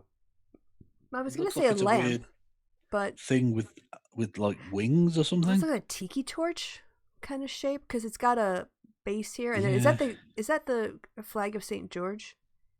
I believe so. On his table, because that's respectful. That's a tablecloth. That's disrespectful, Carl. Yeah. What are you doing, mate? Yeah. Not sure. Well, he was too busy getting that fine haircut. Clearly. All right. Finely crafted piece of work upon his bonds. Yeah, let's hear the lack of self-awareness as he condemns women for doing what he's been doing on YouTube for 7 or 8 years now. Okay. Yeah. Let's talk about simping, because I see a lot of men simping online and a lot of people dealing with men simping online, and it's just insufferable to watch. Let's begin at the beginning. Simping is king shit. Well, simping is king shit or is not king shit? Well, he goes on to explain. Okay. Apparently saying simping is king shit, which, well, I dare say no one has ever actually said it that way. Carl knows that simping is a phrase and that king shit is a phrase, and he's sort of put them together. Okay. So in many respects, he's taking pieces of different people's work and resampling them into a fine broth of shit. A PB soup, almost. Yeah, absolutely. Well, very much a puby soup, yeah. Puby soup of shit and pubes. Nice. He could probably use that as which ironically would look much the same as the haircut, I imagine. All right, hitting play. What an ethot would say, isn't it? I mean, notice the smile when this is being said. You know, like her income is reliant on you being a simp. That is, you working your job and then giving her money for appearing on a webcam. That's what you do. Carl, that's what you do. Literally, that is your job description. That is your actual job description, Carl. And I dare say that the quote-unquote ethot actually puts more fucking effort into it just by putting makeup on. Yeah. She's already spent more time doing her job than you have ever used doing yours. Definitely. Every single day. She's actually worked harder and deserves her reward far more than you. Way more. Definitely. Very good point. What are you paying for there? But this is not new. Women have expected resources from men. And as you are expecting resources from your definitely overwhelmingly male audience. Yeah. And you didn't even get your tits out. No. It's embarrassing. No. Which, I mean, to be honest, I wouldn't pay for it, but I'd watch it. Well, you have seen it. The smiley face, don't forget. A little bit. You saw it's like a burlesque show. Exactly. I imagine his nipples are, oh my God, like fucking hard hats. Just enormous. Okay, let's, again. His tit is mostly nip. This is huge fucking shell-like nip. I'm really glad we watched like he's smuggling 2 tortoises. Nice. That's an interesting image. Thank you. But no, I'm so glad we did this because I really wanted to experience Carl's pure lack of self-awareness. Like, I'm getting a contact buzz of high. Exactly. And it's amazing. Of his lack of self-awareness. Having joked about his marriage, because it's funny, because he literally did that about Steve Shives and his wife, even though he has literally no evidence against them whatsoever. Listen to in a second, if we get through the first couple of minutes, the way in which he describes the basic dynamic of a marriage, because it sounds to me a lot like prostitution. Well, he thinks people breed as well, so I'm not surprised if that would be a position he would take. Yeah. So let's check it out. There we go. From the dawn of time, since day 0. However, this is usually reciprocal. But again, that's not actually true either, nope. Carl. In hunter-gatherer societies, the women and indeed the children would often do the gathering aspect of that. So it would be a completely mutual arrangement. Yep. And also the reason why a lot of times women were forced to rely on men for material security is because the men refused to let them be in any way independent. Legal persons get an education, have a trade, or some sort of business or ability to sustain themselves economically and live independently because they viewed them as property. Indeed. So, but I mean, even look, because he says the year dot. So I was going back to be even before like organized. Oh yeah, yes. Where the gathering actually made up about 3/4 of the nutritional intake of all people. It was reliable. Game was exactly. It was like now. Animals come and go. The berries are sort of there. Yeah, we eat more rice than beef and meat. I mean, we need it, but it's not what dominates our diet. And there was I think an interesting idea that women's subjugation could be linked with the establishment of agriculture because it became a more pronounced concept in how people were organizing their societies. Well, yeah, exactly. Because once you've accepted that things like the ground that you live on is a thing that can be bought and sold, and animals and domesticated, right? Animals and all the rest of it. Why not other people? Be they women or members of a different tribe, a different race? It's all property. Yeah, and not just that, but even people of your own group who for some reason have have othered themselves in some way. Yeah. Well, see something educational in the middle of all of Carl's whiff-waff. Whiff-waff, yes. And again, I just love this. You're describing yourself part of this. I just can't get over the lack of self-awareness. It's amazing. That's why when I saw it, I thought, because the whole reason we did a show today was like, should we do a show today? And Kristi said about what? And I just I tried to send the link, but for some reason it wouldn't work. So I just said he did a video called Simping. It's amazing. Yeah, and quite. Yes. I'm glad we watched this. Okay, here we go. Expectation is that the man would have the sexual monopoly over the woman's reproductive processes. That's because he viewed her as his property. She wasn't an autonomous being. It's not her fault. And this is the dynamic that was reinforced since the dawn of time. So, yeah. But you're using it now, Carl. You're kind of riding in their wake of this exploitation, if you want to call it that. Or reliance, I said, is a better way to put it. Well, I never thought when Carl described himself as a classical liberal, I thought to myself, oh my God, he's thinking from 300 years ago. Now he's thinking from like 10,000 years Yeah. ago. Pretty much. Okay. Yep. He's just going to find God a useful construct and become a Catholic pretty soon. Yeah, he basically is. He's doing tradcath propaganda anyway. Yeah. And has been for a while, really. Yeah, because he's getting older. Now that he's... Well, he is. This is his tour. That BBC radio interview that no one else wanted to do, but Carl did. When he said the guy said that this was him having a Tory midlife crisis. That's true, but he's not even really in midlife anymore, is he? No, he had his Tory midlife crisis at 20. Yeah. Basically. Yeah. Okay. And therefore, that's not an exploitative relationship. The man is providing something, What? the woman is providing something, both parties are happy. That's a big assumption. People were married And that's- off. Yeah, and not just that, but what you're describing, Carl, is prostitution. Yeah. The man brings money, the woman brings sex. They exchange the two. That's Oh, prostitution, and what you're describing. domestic cleaning services as well, and food preparation, and child rearing, and care, and delivery, and also tending human Okay, but sickness. that's more the family unit. He's talking just strictly speaking about the marriage, Right. I mean, which in his analysis is prostitution. Yeah, but Mm. we know in a Which is marriage, not surprising considering he actually uses prostitutes even though he's married. in allegedly. So presumably he's paying for one quote unquote wife / prostitute, whatever he wants to think of it as, and she isn't providing that. Well, yeah, there's always been a sexual double standard. Men are always able to go off and use prostitutes, have concubines, have multiple wives, but women's fertility is But controlled. with Carl, I get the impression this is not him having a mistress. This is him, literally his wife won't go near him.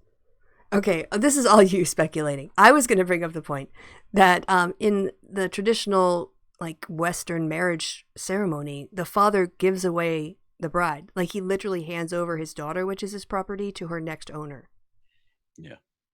So this isn't about how you say that's happy. He's just sticking that in there because women didn't often have much of a say in who they were stuck with, and it was oftentimes, sometimes older guys. Anyway. Well, often very much older guys. Mm-hmm. Yeah. All right, hitting play.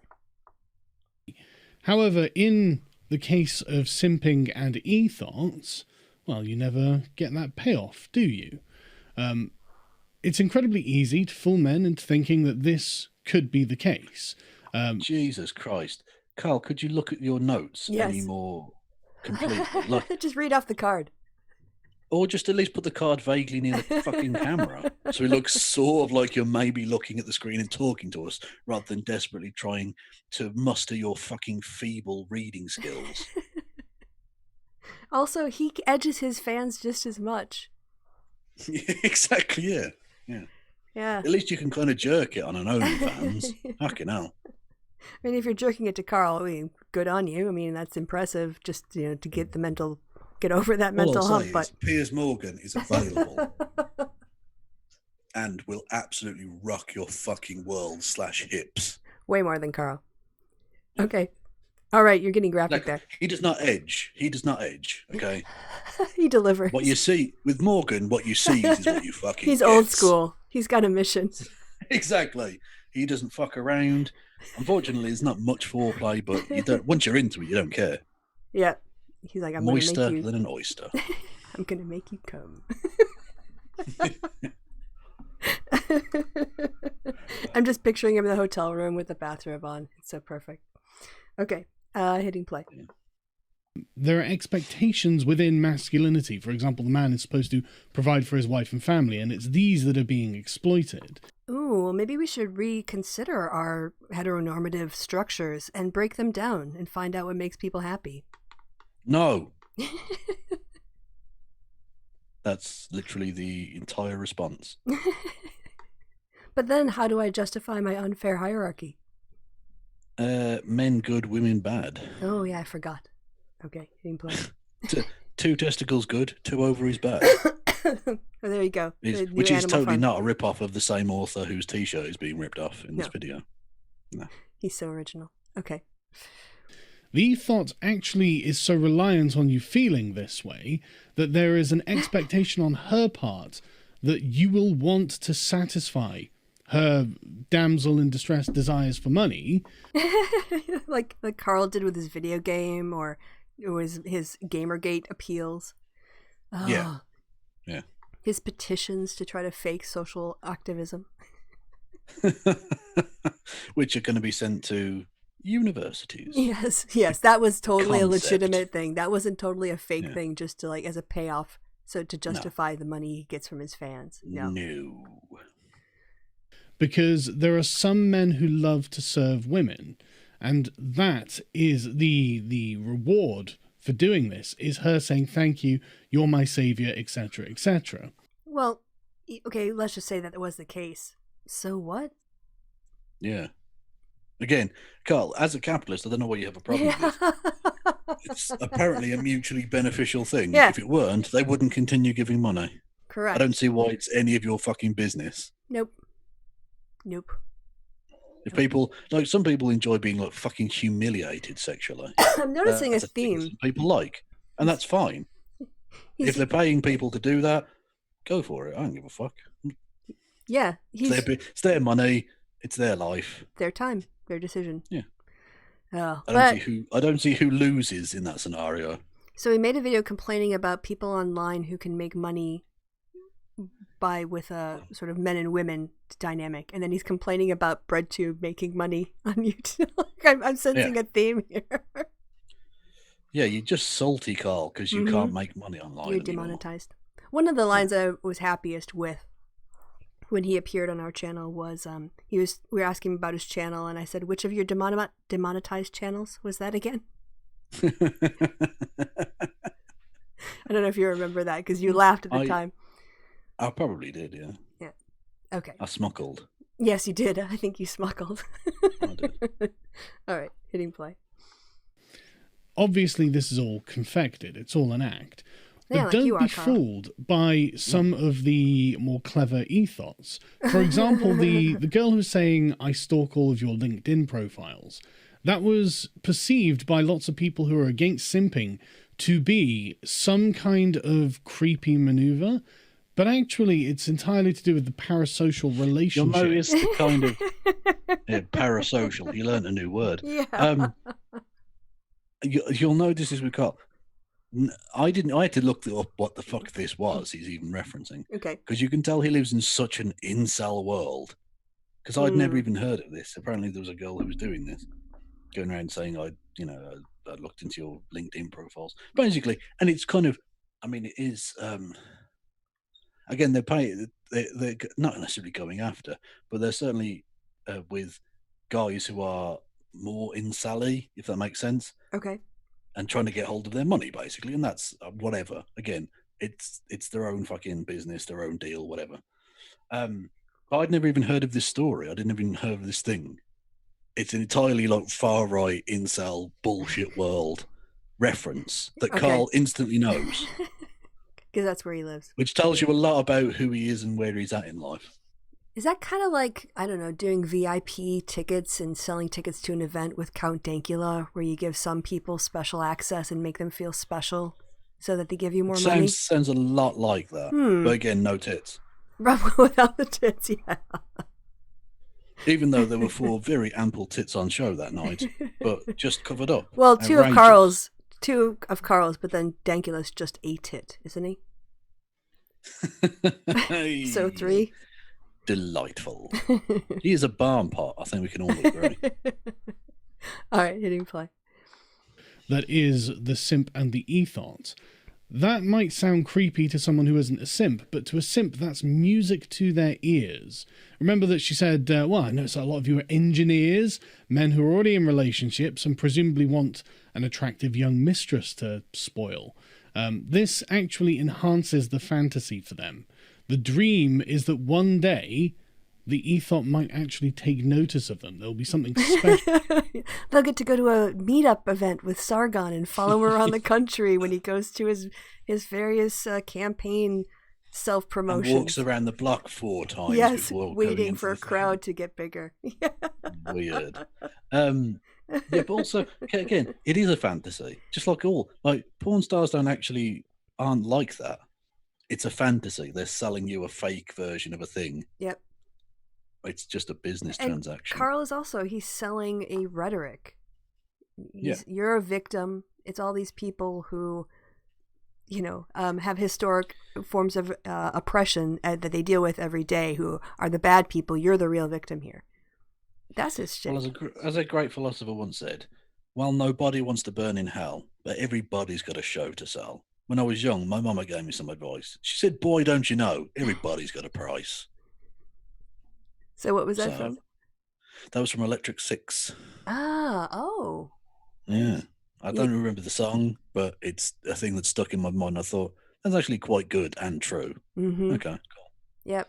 Again, Carl's just jealous that they're getting more money than he is.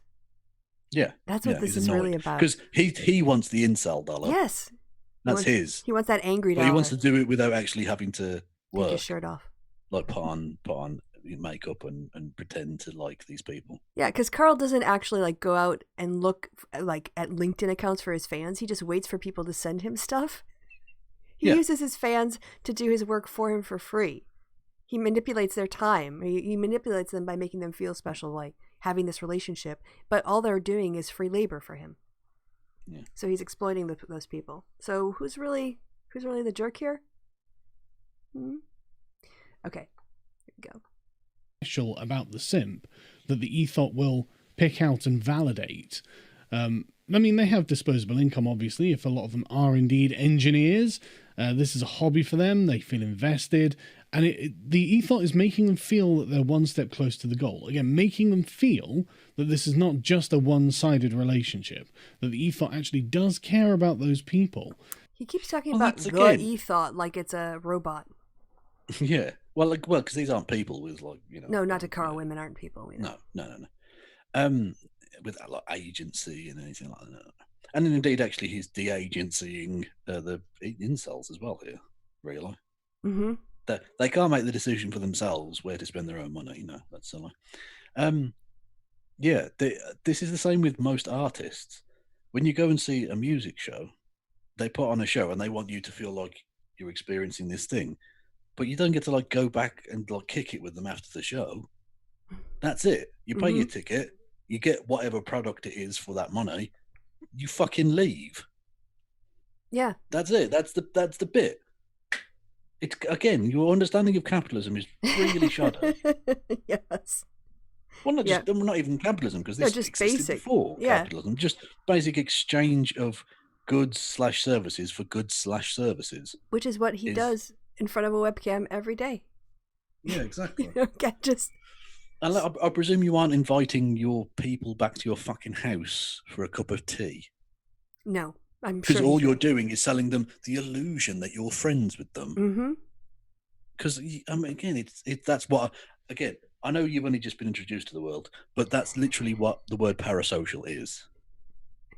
It's not quite an actual social interaction. It's a very one-sided thing. Mm-hmm. And that's but what you do people tell me stuff about myself that I'd forgotten, because I've said it on a stream once, completely forgot that I'd mentioned it, forgot that it ever happened, and someone brings it up, and I'm like, oh yeah, that did happen. Oh cool. Yeah. I've forgotten about that. Yeah. Also, you have a bad memory. I have a terrible memory for good. Well, I have a terrible memory for Certain things I don't need to know. Right. But I remember that Maria Pintasavage-Block won the Olympic gold in 100 meters women's in the was it the Sydney Olympics, I believe? Yeah, remember that name? That really obscure Ukrainian sprinter from the late 90s/early 2000s. Yeah, need to remember that. No. But it's there. You're never going to need that in a pub quiz. Not if even I've in got a pub fucking quiz. Optician's appointment tomorrow, I won't remember it. But that I don't, as it happens, because they're all closed. But, yeah, sports trivia, nonsense that I never ever need to know. It's there. All right, let's go back to Carl. We're at 3 minutes in. He's been doing the same point in a 9-minute video for 3 minutes. So let's see if he's got another one. Even though they clearly don't. So put simply, simping is not respectable. It is a vice. Oh, great. Now he's going to police respectability. Great. Yeah, so the ethos are bad, and simping is bad except when it's simping for me. Yeah, when you give money to women who are not sincere about about being your friend, that's bad. When you give money to me and I'm not sincere about caring about your life or who you are, really, that's fine. because she's a woman and Yeah. I'm a man.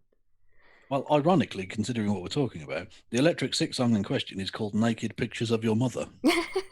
That is true, yes. That just sounds like something Sean Connery would say to Alex Trebek on the SNL. Yeah, it does, yeah. Naked pictures of your mother. Naked pictures of your mother. Sorry.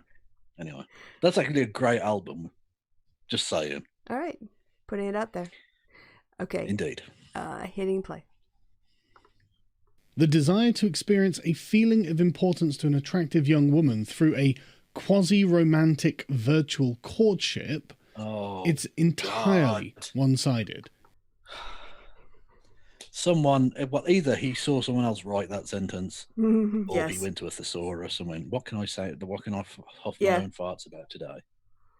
Quasi-romantic. Okay, I don't understand how this regulation of people's behavior and also their fiscal activities is compatible with classical liberalism.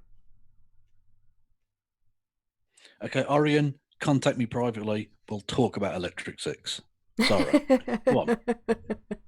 Did you need me to repeat my last point? Yeah, I wasn't fucking listening. You were too I was reading busy. about it. Electric It's Six. got an album covered. It's got an album signed by Dick Valentine. Oh, okay? wow. So don't fucking start. What did you say? Yeah. My point was, oh God, now I've forgotten my point because we've gotten so far off topic. Let's see. I know it's gone. I said it out loud, but now I can't even remember it because I got distracted by skip Electric back Six 5 as well. seconds and we'll see if it It comes back to me. clicks into All right. Oh yeah, I can do the arrow thingy you taught me. You can. Virtual courtship, it's entirely one-sided. Oh yes, that was it. It's this idea that the classical liberal is making a video regulating people's fiscal activities and their morality. Yeah, because he's not that. He's never been that. It's entirely a facade. I don't know if I've mentioned to you this, Kristi. I think he might be a liar. Yes. I think his entire thing is bullshit, and he's actually just a kind of weird pseudo-fascist piece of trash who's now just being more obvious about it because he's no longer got to worry about monetization. Yeah, that's true. He's kind of just free to be, yeah, when I call him an Islamophobe, I'm fine with that name. Yeah, he's to that point. And now. we need to kick out all of the Muslims. Yep. So, yeah, Carl's just turned into, yeah, I guess he's drifting towards Stefan Molyneux territory, really, isn't he? Yes. Okay, hitting play. It's simulated by the ethos to play into the fantasy that the simp has. The simp is indeed getting what he pays for, but I mean, at the end of the day, is that necessarily a guarantee of fairness? What does he think happens at strip clubs? They have a buffet cart. Maybe. I mean, honestly. Yeah, and a disco. Yeah, I'm sorry, but I don't see anything here that's actually that different from strip clubs, which are legalized. So. Well, that's the thing. He says, is it a guarantee of fairness? Nothing in life is a guarantee of fairness. Ultimately, no one is forcing anyone to give anyone money here. No, absolutely It's not. entirely voluntary. Fine. I don't see why you were even. Well, I know why you're making a video, because you're fucking trash and you've got no ideas and no perspective and nothing really of any depth or interest to say, and no creativity. No. Sorry, I forgot to mention that. So I know why you're making a video, but let's just take this facade of intellect at face value for a second. I don't understand even really the point of this video. It's nothing. You're basically saying these entirely consenting and, as far as we're concerned, free and mentally able to make conscious decisions on that level. All of these people are making a conscious choice to engage in this entirely legal activity. I disagree with them. I think it bothers you. You don't him. get to disagree with them. You can say, I don't like it. That's fine. Yep. But to say it's a vice. What the fuck are you talking? You're the fucking Pope. Suck it, Is dick, it a man. venial sin or a mortal sin? It's one of the special deli sins. Ooh, I love those with a little bit of relish. Mm. Relish, get it? Because it actually works on 2 levels. It does. That does work on two levels. Yeah, Well done. But what I figured out what really, really, really annoys him about this.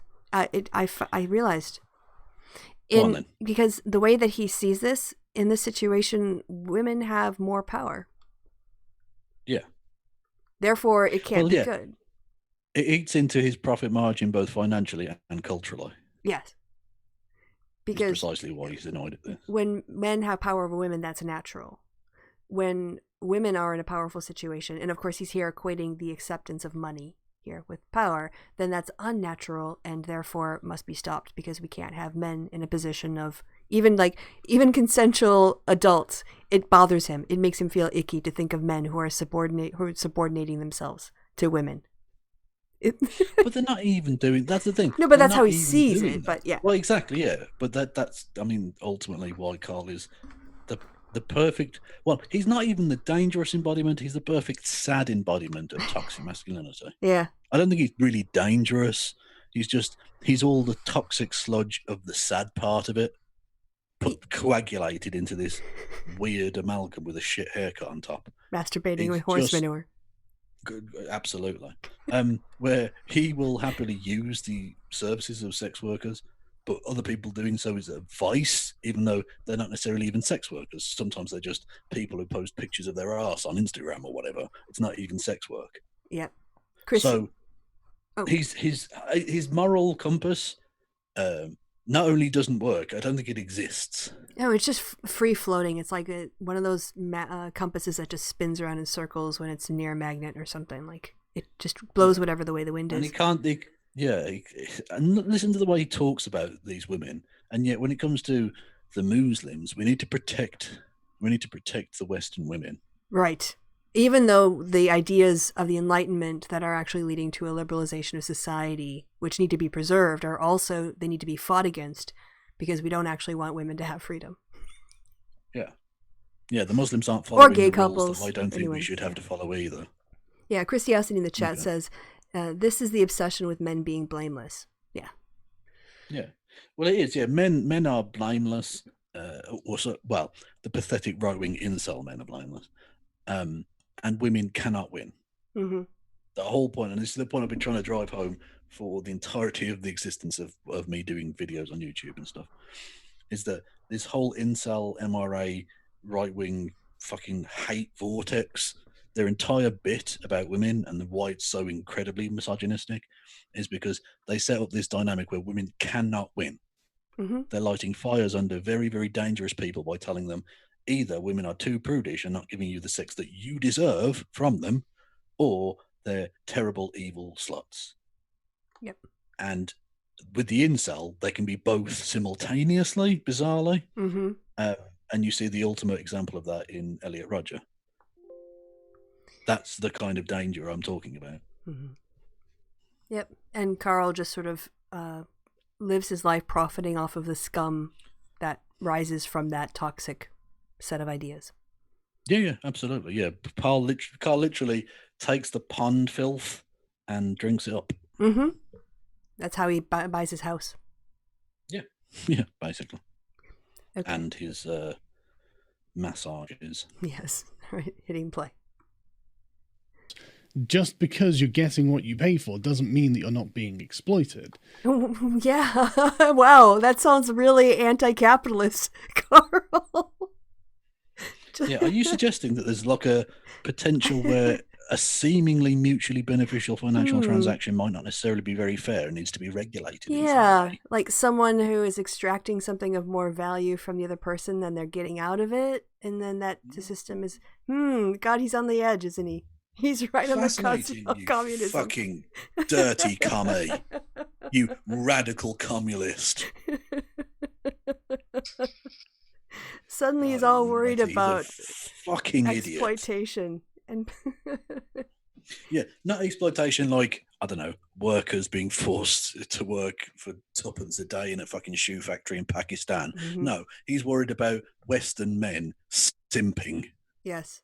That's the exploitation he doesn't like. Slavery, not so much. That's fine. But, a woman posting her ass on Twitter doing a sexy dance, she's terrible and evil.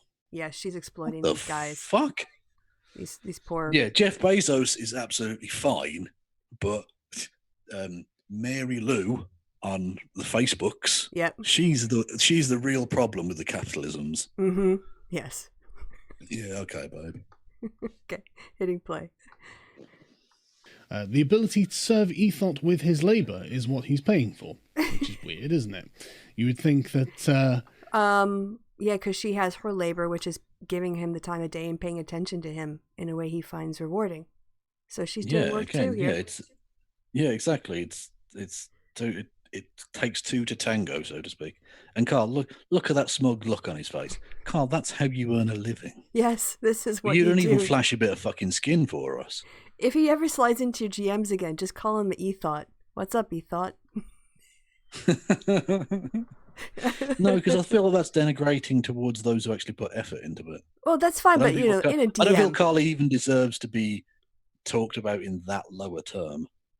I think we need to have a new layer of shite to describe Carl. Okay, but some kind of play on the Ethot. I know. I was just suggesting he's lower than the people he seems to think are terrible. Oh yes, always. I'd happily called him an Ethot because I know it would annoy him. I mean, he'd smuckle, but the smuckle would be insincere. Covering it, yes. Ooh, all right. Hitting play. You'd think that people would have a bit more self-respect from that. But throwing cash at the Ethot has no particular effect on her behavior. Like you, Carl. Yeah. You're not going to be friends with any of your fans because they pay £100 to meet you backstage, are you? Yeah, exactly. Carl, you'd think your fans would have more backbone than to pay you to do nothing. Yes, yeah.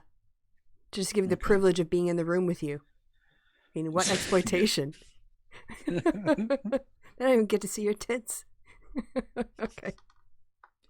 Other than to continue to incentivize it, the simp will never achieve the goal of a date. And I'm sure that you've seen that there's a huge percentage of the simp. And your fans will never be your friends. Just putting out the parallels. Also, how do you know all of them even want that? I'm sure some do. But unless the person is holding out the possibility of a date literally, that would be exploitation because there's obviously never going to be a date. But as long as it's sort of understood that that's the whole point, is that it's like a thing from afar, then I don't see there's a problem with that. WOMs can't have power, Kevin. Yeah, exactly. Yeah, and as the earlier example said, some of them she knows that those people already have a partner, so they probably don't want a date. They just want to look at some other tits on the side, which you can argue about the morality of that if you wish, but ultimately is potentially basically harmless. No harm, no foul. So and you're a capitalist, right, Carl? So if there's a market for something, people are going to fill that with that. I'm sorry, if there's a demand for something, there will be a supply people who will provide that. So why are you hating on capitalism, man? It's free market principles. Exactly, Carl. So having listened to him going about how Vosch doesn't live up to his principles. Yes. Like you can act like a capitalist, Carl. Yes, That's come on. Here. Where's your capitalist tendencies here? Exactly. Right. Why don't you go set up a fucking incel worker co-op? No e-thoughts allowed. It could be a little it would clubhouse, literally be the no girls club. Basically, yeah. All right, hitting play. Audience that seem to be interested in that. I mean, the OK Boomer girl, who gained 100,000 or 200,000 followers overnight, and then lost half of that as soon as it came out to be revealed that she had a boyfriend, just shows you what a huge percentage of the simp audience is actually interested in. And it's not going to happen. Let's be clear about this, simps. I know that you might have these delusions in your mind that maybe you could be the one that she notices and picks out of the crowd and validates and marries, and you can provide for her, and then she won't need to be a thought or whatever it is you dream of. But it's not going to happen. What is he on about? He's having the fantasy now, I think. Yeah. But the OK Boomer girl just did a silly song. Yeah. She's a one-off. That's it. That was it. I don't know why that's relevant to anything, and I don't know why her gaining subscribers and then losing. So who cares? Yeah. What's that got to do with anything? Oh, it's a cherry-picked example. It's anecdotal evidence, Kevin. That's all Carl deals with. He's talking about maybe 3 people in the world here are the basis of this video. Basically, yeah. She doesn't care about you. She doesn't know you because fundamentally, ethots do not date simps. Simps are the followers of ethot leaders. Women are hypergamous. Just like your Oh, fans will never God. be your friends. Yeah, I love it. He's so totally bought into the MRA thing. Yeah. If women are hypergamous, no, they're not, Carl. If they were, you would never ever have gotten a date with anyone ever. You wouldn't be married because you are below all of the women. Yeah. Okay, women do absolutely settle. Trust me, I'm not a virgin. Also, this really reductionist, sort of essentialist idea that what women are looking for is a provider, as if we're just, again, all... Well, because that's what he wants. Again, all people have to be the thing that he wants them to be, and needs them to be for the argument. Yes. It's the straw man. Yes. Yep. Yes. Because if he didn't have straw man arguments, he wouldn't have any. He'd be silent. Yeah. They date upwards. Women do not want to date one of their own followers. That's actually what men want. Women do not want to be the provider. Women don't all date upwards, do they? Because both No. you and I, Carl, have managed to, be at least occasionally successful with women. Yeah. So clearly they don't all date upwards. And also, again, it's not like women have a checklist of things that a guy, like all women have the same checklist. Women look for different things in different guys because women are different people. Yeah, they do this. They'll say, "Oh, all women want like muscly guys." Where no, they don't. Some do, some don't. Again, Carl, you are not that, and you have gotten a wife. So clearly there is some other dynamic at play. Now, there's also the thing that, like, I don't, if somebody was out of work because of, like, recession or whatever, but if you have somebody who kind of, like, goes to work and then gets in a fight and gets fired and has to find a new job and then loses that job, yeah, maybe you don't want that drama in your life. Maybe, like, you want them to sort their shit out first, like, sort of before getting in a relationship with them. But that doesn't necessarily mean that, like, you are doing a checklist, like a CV check with every person that you date. So again, just a sort of reductionist approach to how women think just shows how little Carl understands women outside of the ones that he surrounds himself because they'll agree with him. Can I just ask in the chat, what's a findom? So people, Kevin wants to know what a findom is. What is that? Who said that, by the way? Boy Pagan Man says, just wait until he hears about findoms. Oh, I don't know. Finnish dominatrix? Why is the nationality of the dominatrix? I'm just spitballing here. I'm just taking a guess. Okay, well, I'm just saying, if that were the case, that would be weird and slightly xenophobic. So bye, Pagan Man, don't leave us all. This is lagged, so we're gonna have to wait a while. So I guess we're gonna have to watch Carl while we wait for an answer. Okay, hitting play. For an inferior person in the relationship, they want someone to provide for them, and they're again, this assumption about provision is just so not just that, but inferior. Financial domination. Oh, okay. I guess women who are financially dominant. Okay. Exploiting this natural desire in men to provide for women. Exploiting a natural. Again, supply and demand, mate.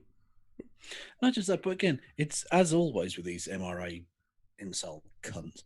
It's not only incredibly misogynistic; it is also incredibly misandrist. Mm-hmm. All men are this way. Yeah, it's so an innate simplistic. drive within all men.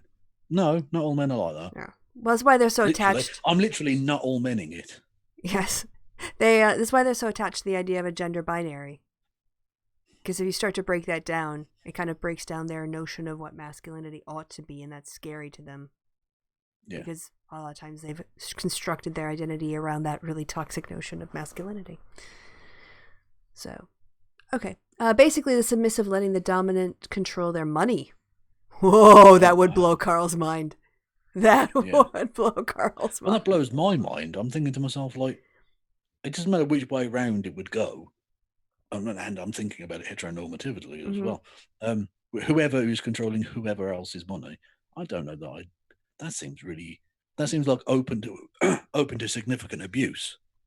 Well, I guess then when you talk about domination, there's a whole trust relationship there going on, right?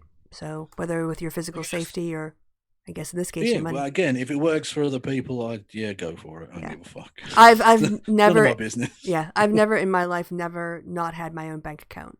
If I've been in relationships, we open a joint account where we put in money and then pay joint bills out of. But I always have my money, and he always had his money. And exactly. We didn't have fights. Exactly my fucking shtick. Yeah.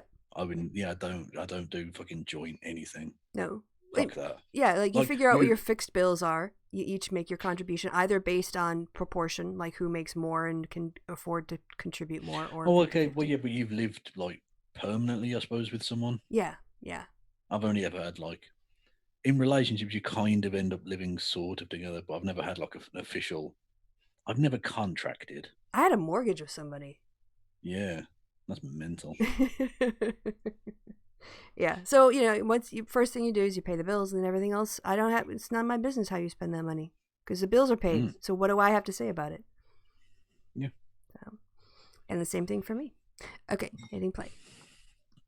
To farm simps on a massive scale. Ethos are to simps as farmers are to cows. That's like you and your fans, Carl. That's you and your fans. I can't believe he's not getting this. The ethot will milk the cow, but does not care about the cow. And much like the farmer with the cow, when the simp goes lame, the ethot takes it around the back and puts a bolt gun to its fucking head. I don't think that happens, but it's just. I think it does. That's what he does with his fans. Honestly, yeah, exactly. Yeah. All and right, then you make this skin into leather. All right, so should we? Is that what happens? That was 2 Sargons. Should we find another one?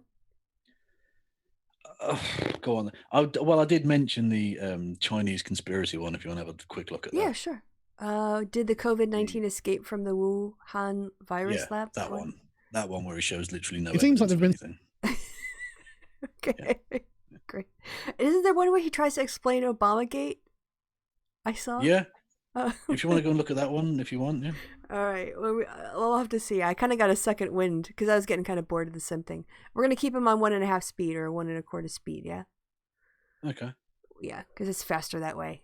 Because he just takes some interesting developments in the question of where did the Wuhan coronavirus come from, the COVID-19 coronavirus. And it appears that there has been a great deal of effort on the part of China to prevent this from being revealed. Part of this is about how China has been deceiving us as to what the situation was with the coronavirus. We've gone over this before, but I'll cover a few quick points because... He's citing Fox News here.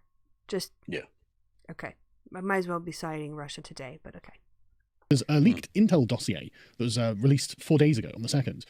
Really shone a lot of light into at least the understanding that the establishment is aware that China is definitely covering all of this up. I mean, there's actually... Wait, leaked intel from the West that we don't trust because they're the deep state and Obamagate?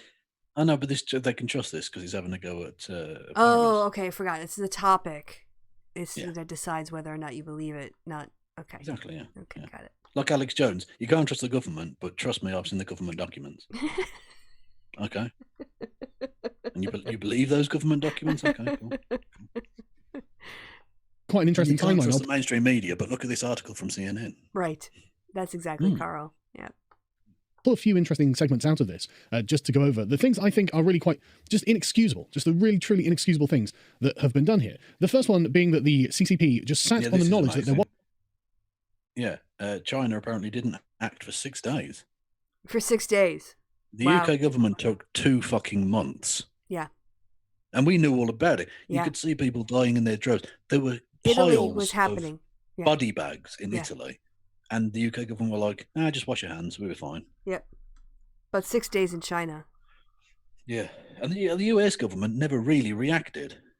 The US government did a kind of pseudo lockdown. And even though you've got literally a record number of deaths in Texas, every place is opening. But 6 days, Kevin. 6 days in China, they didn't publicize. Yeah, but 6 days. Yeah, 6 days. Evil. In January, when it was only in China. Yeah.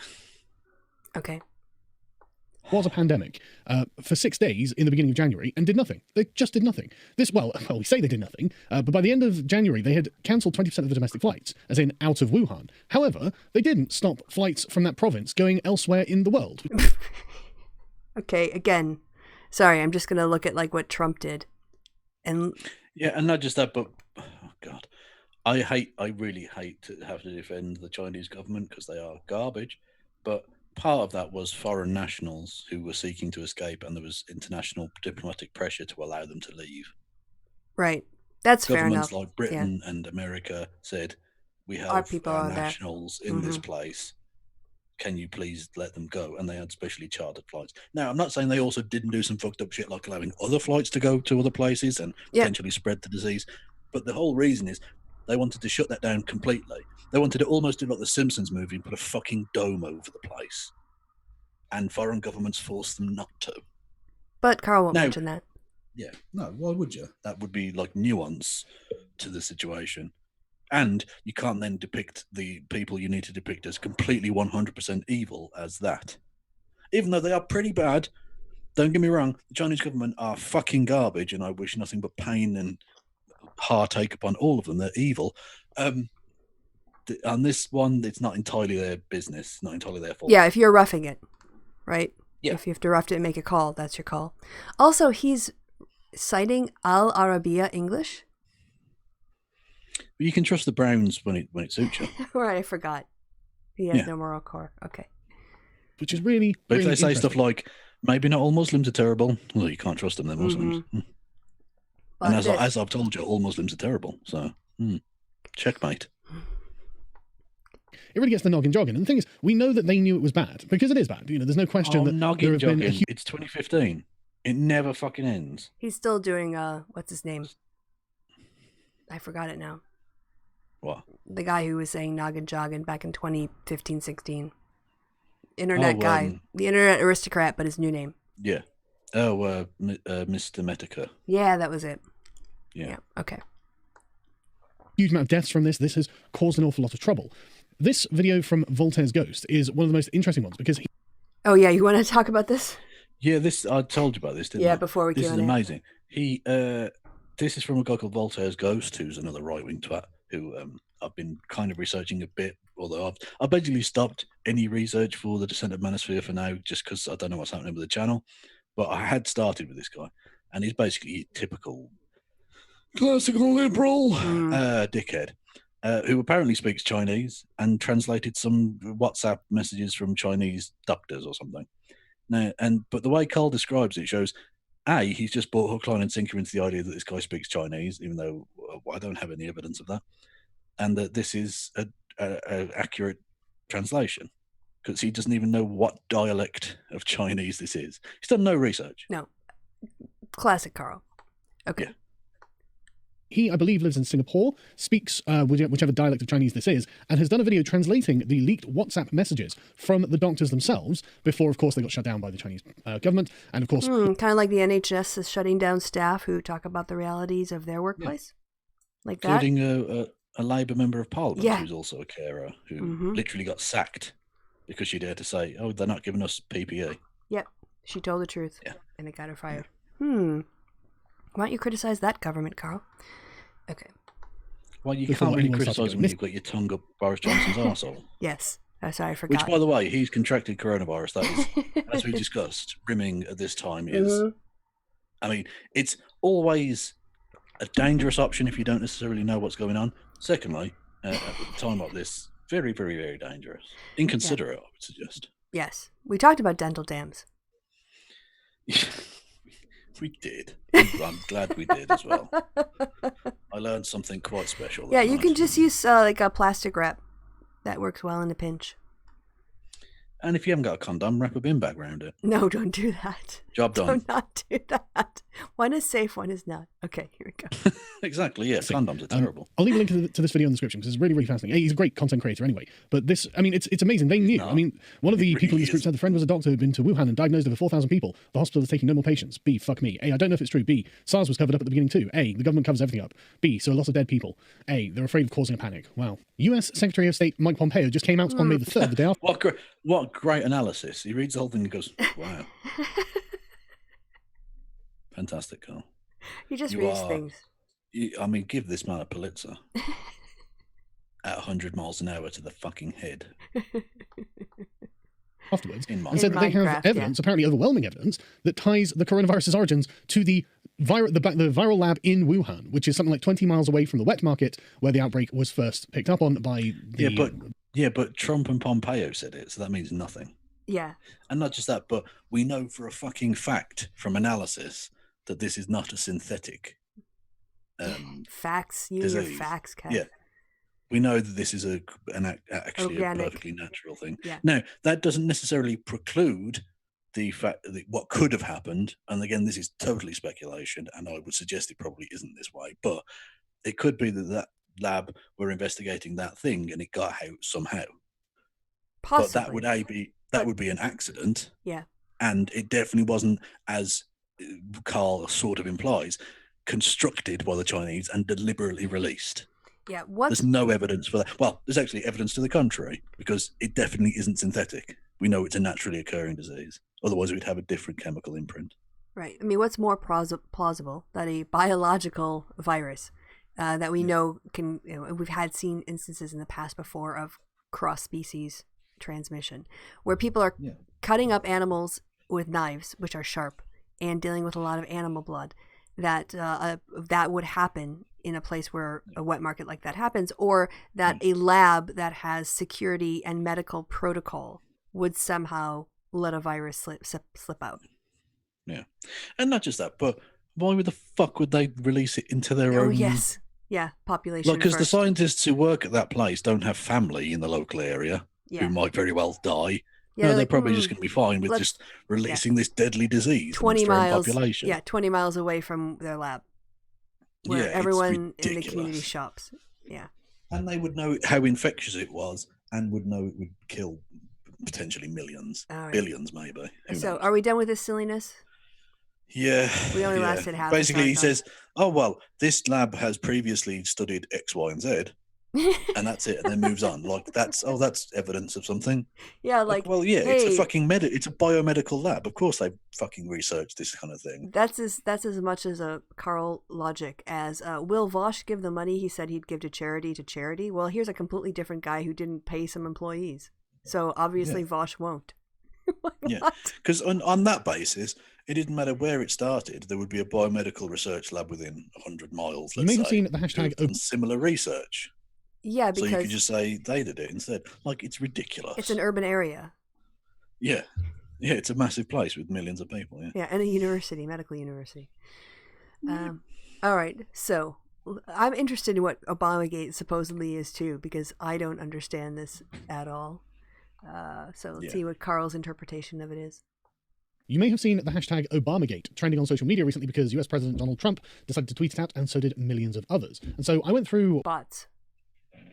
Yeah. What I could find on the subject, because it seems there's a lot of confusion over what Donald Trump is claiming Barack Obama, former US President Barack Obama, did. In 2017, it was revealed that the FBI had been monitoring one of Trump's former campaign advisors. And then in 2019, we learned that other former Trump campaign members had also been wiretapped. Yeah, because of information they got from the Australians. Yeah. It was the Australians who said, your boy got drunk at a party and was talking about being in contact with some Russians. You might want to check that out, like just being a friend here. And then the dossier came up with the same information, but it wasn't the sole basis for the warrant. So yeah, it was not Obama, it was the Australians. Yeah, not just that, but considering the Trump White House has literally just signed into law the new legislation which is allowing for Americans' entire internet search history to be illegally, well, I think unconstitutionally tapped, basically, by the US government. I don't think the Trump White House has got any fucking leg to stand on. Yeah, I know that in being like outraged. Yes, and this was it went through the FISA courts, which are not open to the public, but they have a procedure. And there was a review of how the FBI handled this by multiple people, and Trump could never get anyone to say that the FBI did anything that would have invalidated the warrant or the tapping or whatever they did for him. So this is a big nothing burger. It's just Trump's fantasy. He wants this to be true. Yeah, and you can tell that by the fact that when he was asked what did Barack Obama do, he literally said, "You know what he did." Yeah, everybody knows. Like, what? Nobody knows shit, man. If you can't say it, it didn't happen. Okay. Yeah. General said that spying did occur on the Trump campaign during. Yeah, and then he went back and said spying wasn't a great word to use. This is dated from April of 2019. That's how old this article is. up to date. So you may have seen it. You may have seen it trending on social media in the last couple of days. But here's information from 15 months ago. Yes. Or whatever. So hot. Yeah, 14 months, but yeah, you were pretty close. The Obama era. Attorney General William Barr came out and said that spying did occur on the Trump campaign during the Obama era, with Trump calling it a witch hunt. And when asked about whether the Mueller investigation had been an illegal witch hunt, Barr said, "It really depends on where you're sitting." This was done by the use of FISA warrants. Now, FISA warrants are usually used to deal with foreign intelligence assets. As the National Review pointed out on the 2nd of April 2020, the FISA scandal appears to be about corruption and not sloppiness because of the raw number of errors that are found in these FISA. Yeah, but again, there were independent investigations into this, and these errors were not disqualifying, which Carl isn't telling people here. So, okay. He probably doesn't know. He doesn't care. He doesn't know, and he doesn't care. We know that about Carl. Investigation by the Inspector General Michael Horowitz found that 390 problems in 39 of the 42 applications included unverified, inaccurate, or inadequately supported facts, as well as typographical errors. So that means that only 3 of the 75 FISA applications, 4%, used to spy in the investigation were not in some way problematic. On the 14th of June 2018... So 4 were not entirely perfect. Human beings made them. Imagine that. So, okay, so basically Trump wants to disqualify the investigation, so he's going through all of the discredited things to do that. All right. Which, I mean, why is he wasting time on this? This does, I mean, he's got bigger things to do, surely. No, I don't just mean, obviously, the coronavirus and all of that, and the fact that the US economy is about to fucking implode. Yeah. I mean, like, even in terms of his re-election, why is this doing? Why is he trying to rehabilitate Michael Flynn? Because he wants to rerun 2016. Yeah. Well, by exonerating... Much like the man on the screen, yeah. Yes, exactly. So, but, I mean, for Trump, if Flynn is exonerated, then he can say, well, if the investigation doesn't happen, he'll just pretend like Flynn didn't plead guilty twice. Yeah. And that Mike Pence didn't go on a Sunday talk show and say, yes, he lied to me. And he'll just say he was innocent. Everyone was innocent because he wants to be innocent. But as you're right, I mean, the pandemic isn't going away as an issue. It's only going to get worse in the States. And did you see what the Senate Republicans are going to get up to now? No, but I'm sure it's entirely productive. Yeah, they're going to start. There have been calls to start hearings on Hunter Biden. Of course there have. Is it an election year? Oh, and Lindsey Graham is going to do some kind of investigation, and the report is going to come out in October. I am shocked. I'm so surprised that just before a general election that would... Oh, and you know... eerie, isn't it? You know that guy who got busted for trading his shares before the coronavirus announcements were made public? Yeah, Burr? he stepped down, didn't he? Yeah, you know, he's also working on a 3-year report, finishing off a report that basically said Russia interfered with the election. Oh. Intriguing. I mean, he's also a piece of shit. He is a piece of shit, but Trump used it very well. Yeah. In terms of the timing of it. So, yeah, okay, Carl is just living in incel world. I guess that's the main conclusion we can take away. Yeah. Oh, well, this was fun. We haven't done a Carl. We haven't gone slumming. Yeah, it's occasional. It's nice to dip your toe in the cesspit from time to time. Especially when we do like the sampler. We don't have to do a whole video. Yeah, exactly. Yeah. Exactly. Oh, this has been fun. It has been fun. I'm very tired though. Yeah, well, we've been going I don't yawn out of boredom. I yawn because my body is weak. Yeah, it's okay. We have been going for almost 2.5 hours. So... Which is usually 2 hours and 28 minutes longer than I'm usually go. Frankly. Yeah. So people in the chat, thank you guys for coming by and laughing at Carl with us. That is just amazing. Seriously, I can't even believe how poor his reasoning still is, and that he still doesn't understand capitalism. But were there any German central defenders we wanted to talk about? Oh yes, we don't want to forget our sponsors. The Hummel figurine collection. Hummels and Hummels. An amazing combination that nobody else would have thought of. You can never have too many Hummels of either variety. Yes, and if you're looking for more background noise to fall asleep to, or just you like D&D, tomorrow night at 1 hour than the usual time we start here is going to be another in the installment of the Corruption of Lyroon. So you can come back here to my Oh, channel. that's a great sentence. Trump is a simp for Obama and is mad that Obama won't go on a date with him. Thank you, Awkward Pasta. Yeah, well said. Well said. Nice. Quality. Oh, that's so true. Yeah, so thanks people in the chat for stopping by and contributing. Thanks for you who are watching in the future and the present time. And as always, thanks to my co-host who's never afraid to talk about his fantasy of curling up with Pierce Morgan and just having a go at that neck flesh. It's not curling so much as physical crumpling. Right, and then who's the little spoon? Who's the big spoon? We take turns. That sounds fair. We're both switches. Okay, so yeah, that makes sense. Because otherwise, one's the cheating spoon. If you switch it up, it's fine in God's eyes. I don't think it says that strictly in the Bible, but if you read between the lines, it's there. Yes, in the Hebrew. Yeah. Right. And on that bombshell, I don't know why his Jewishness has to come into this.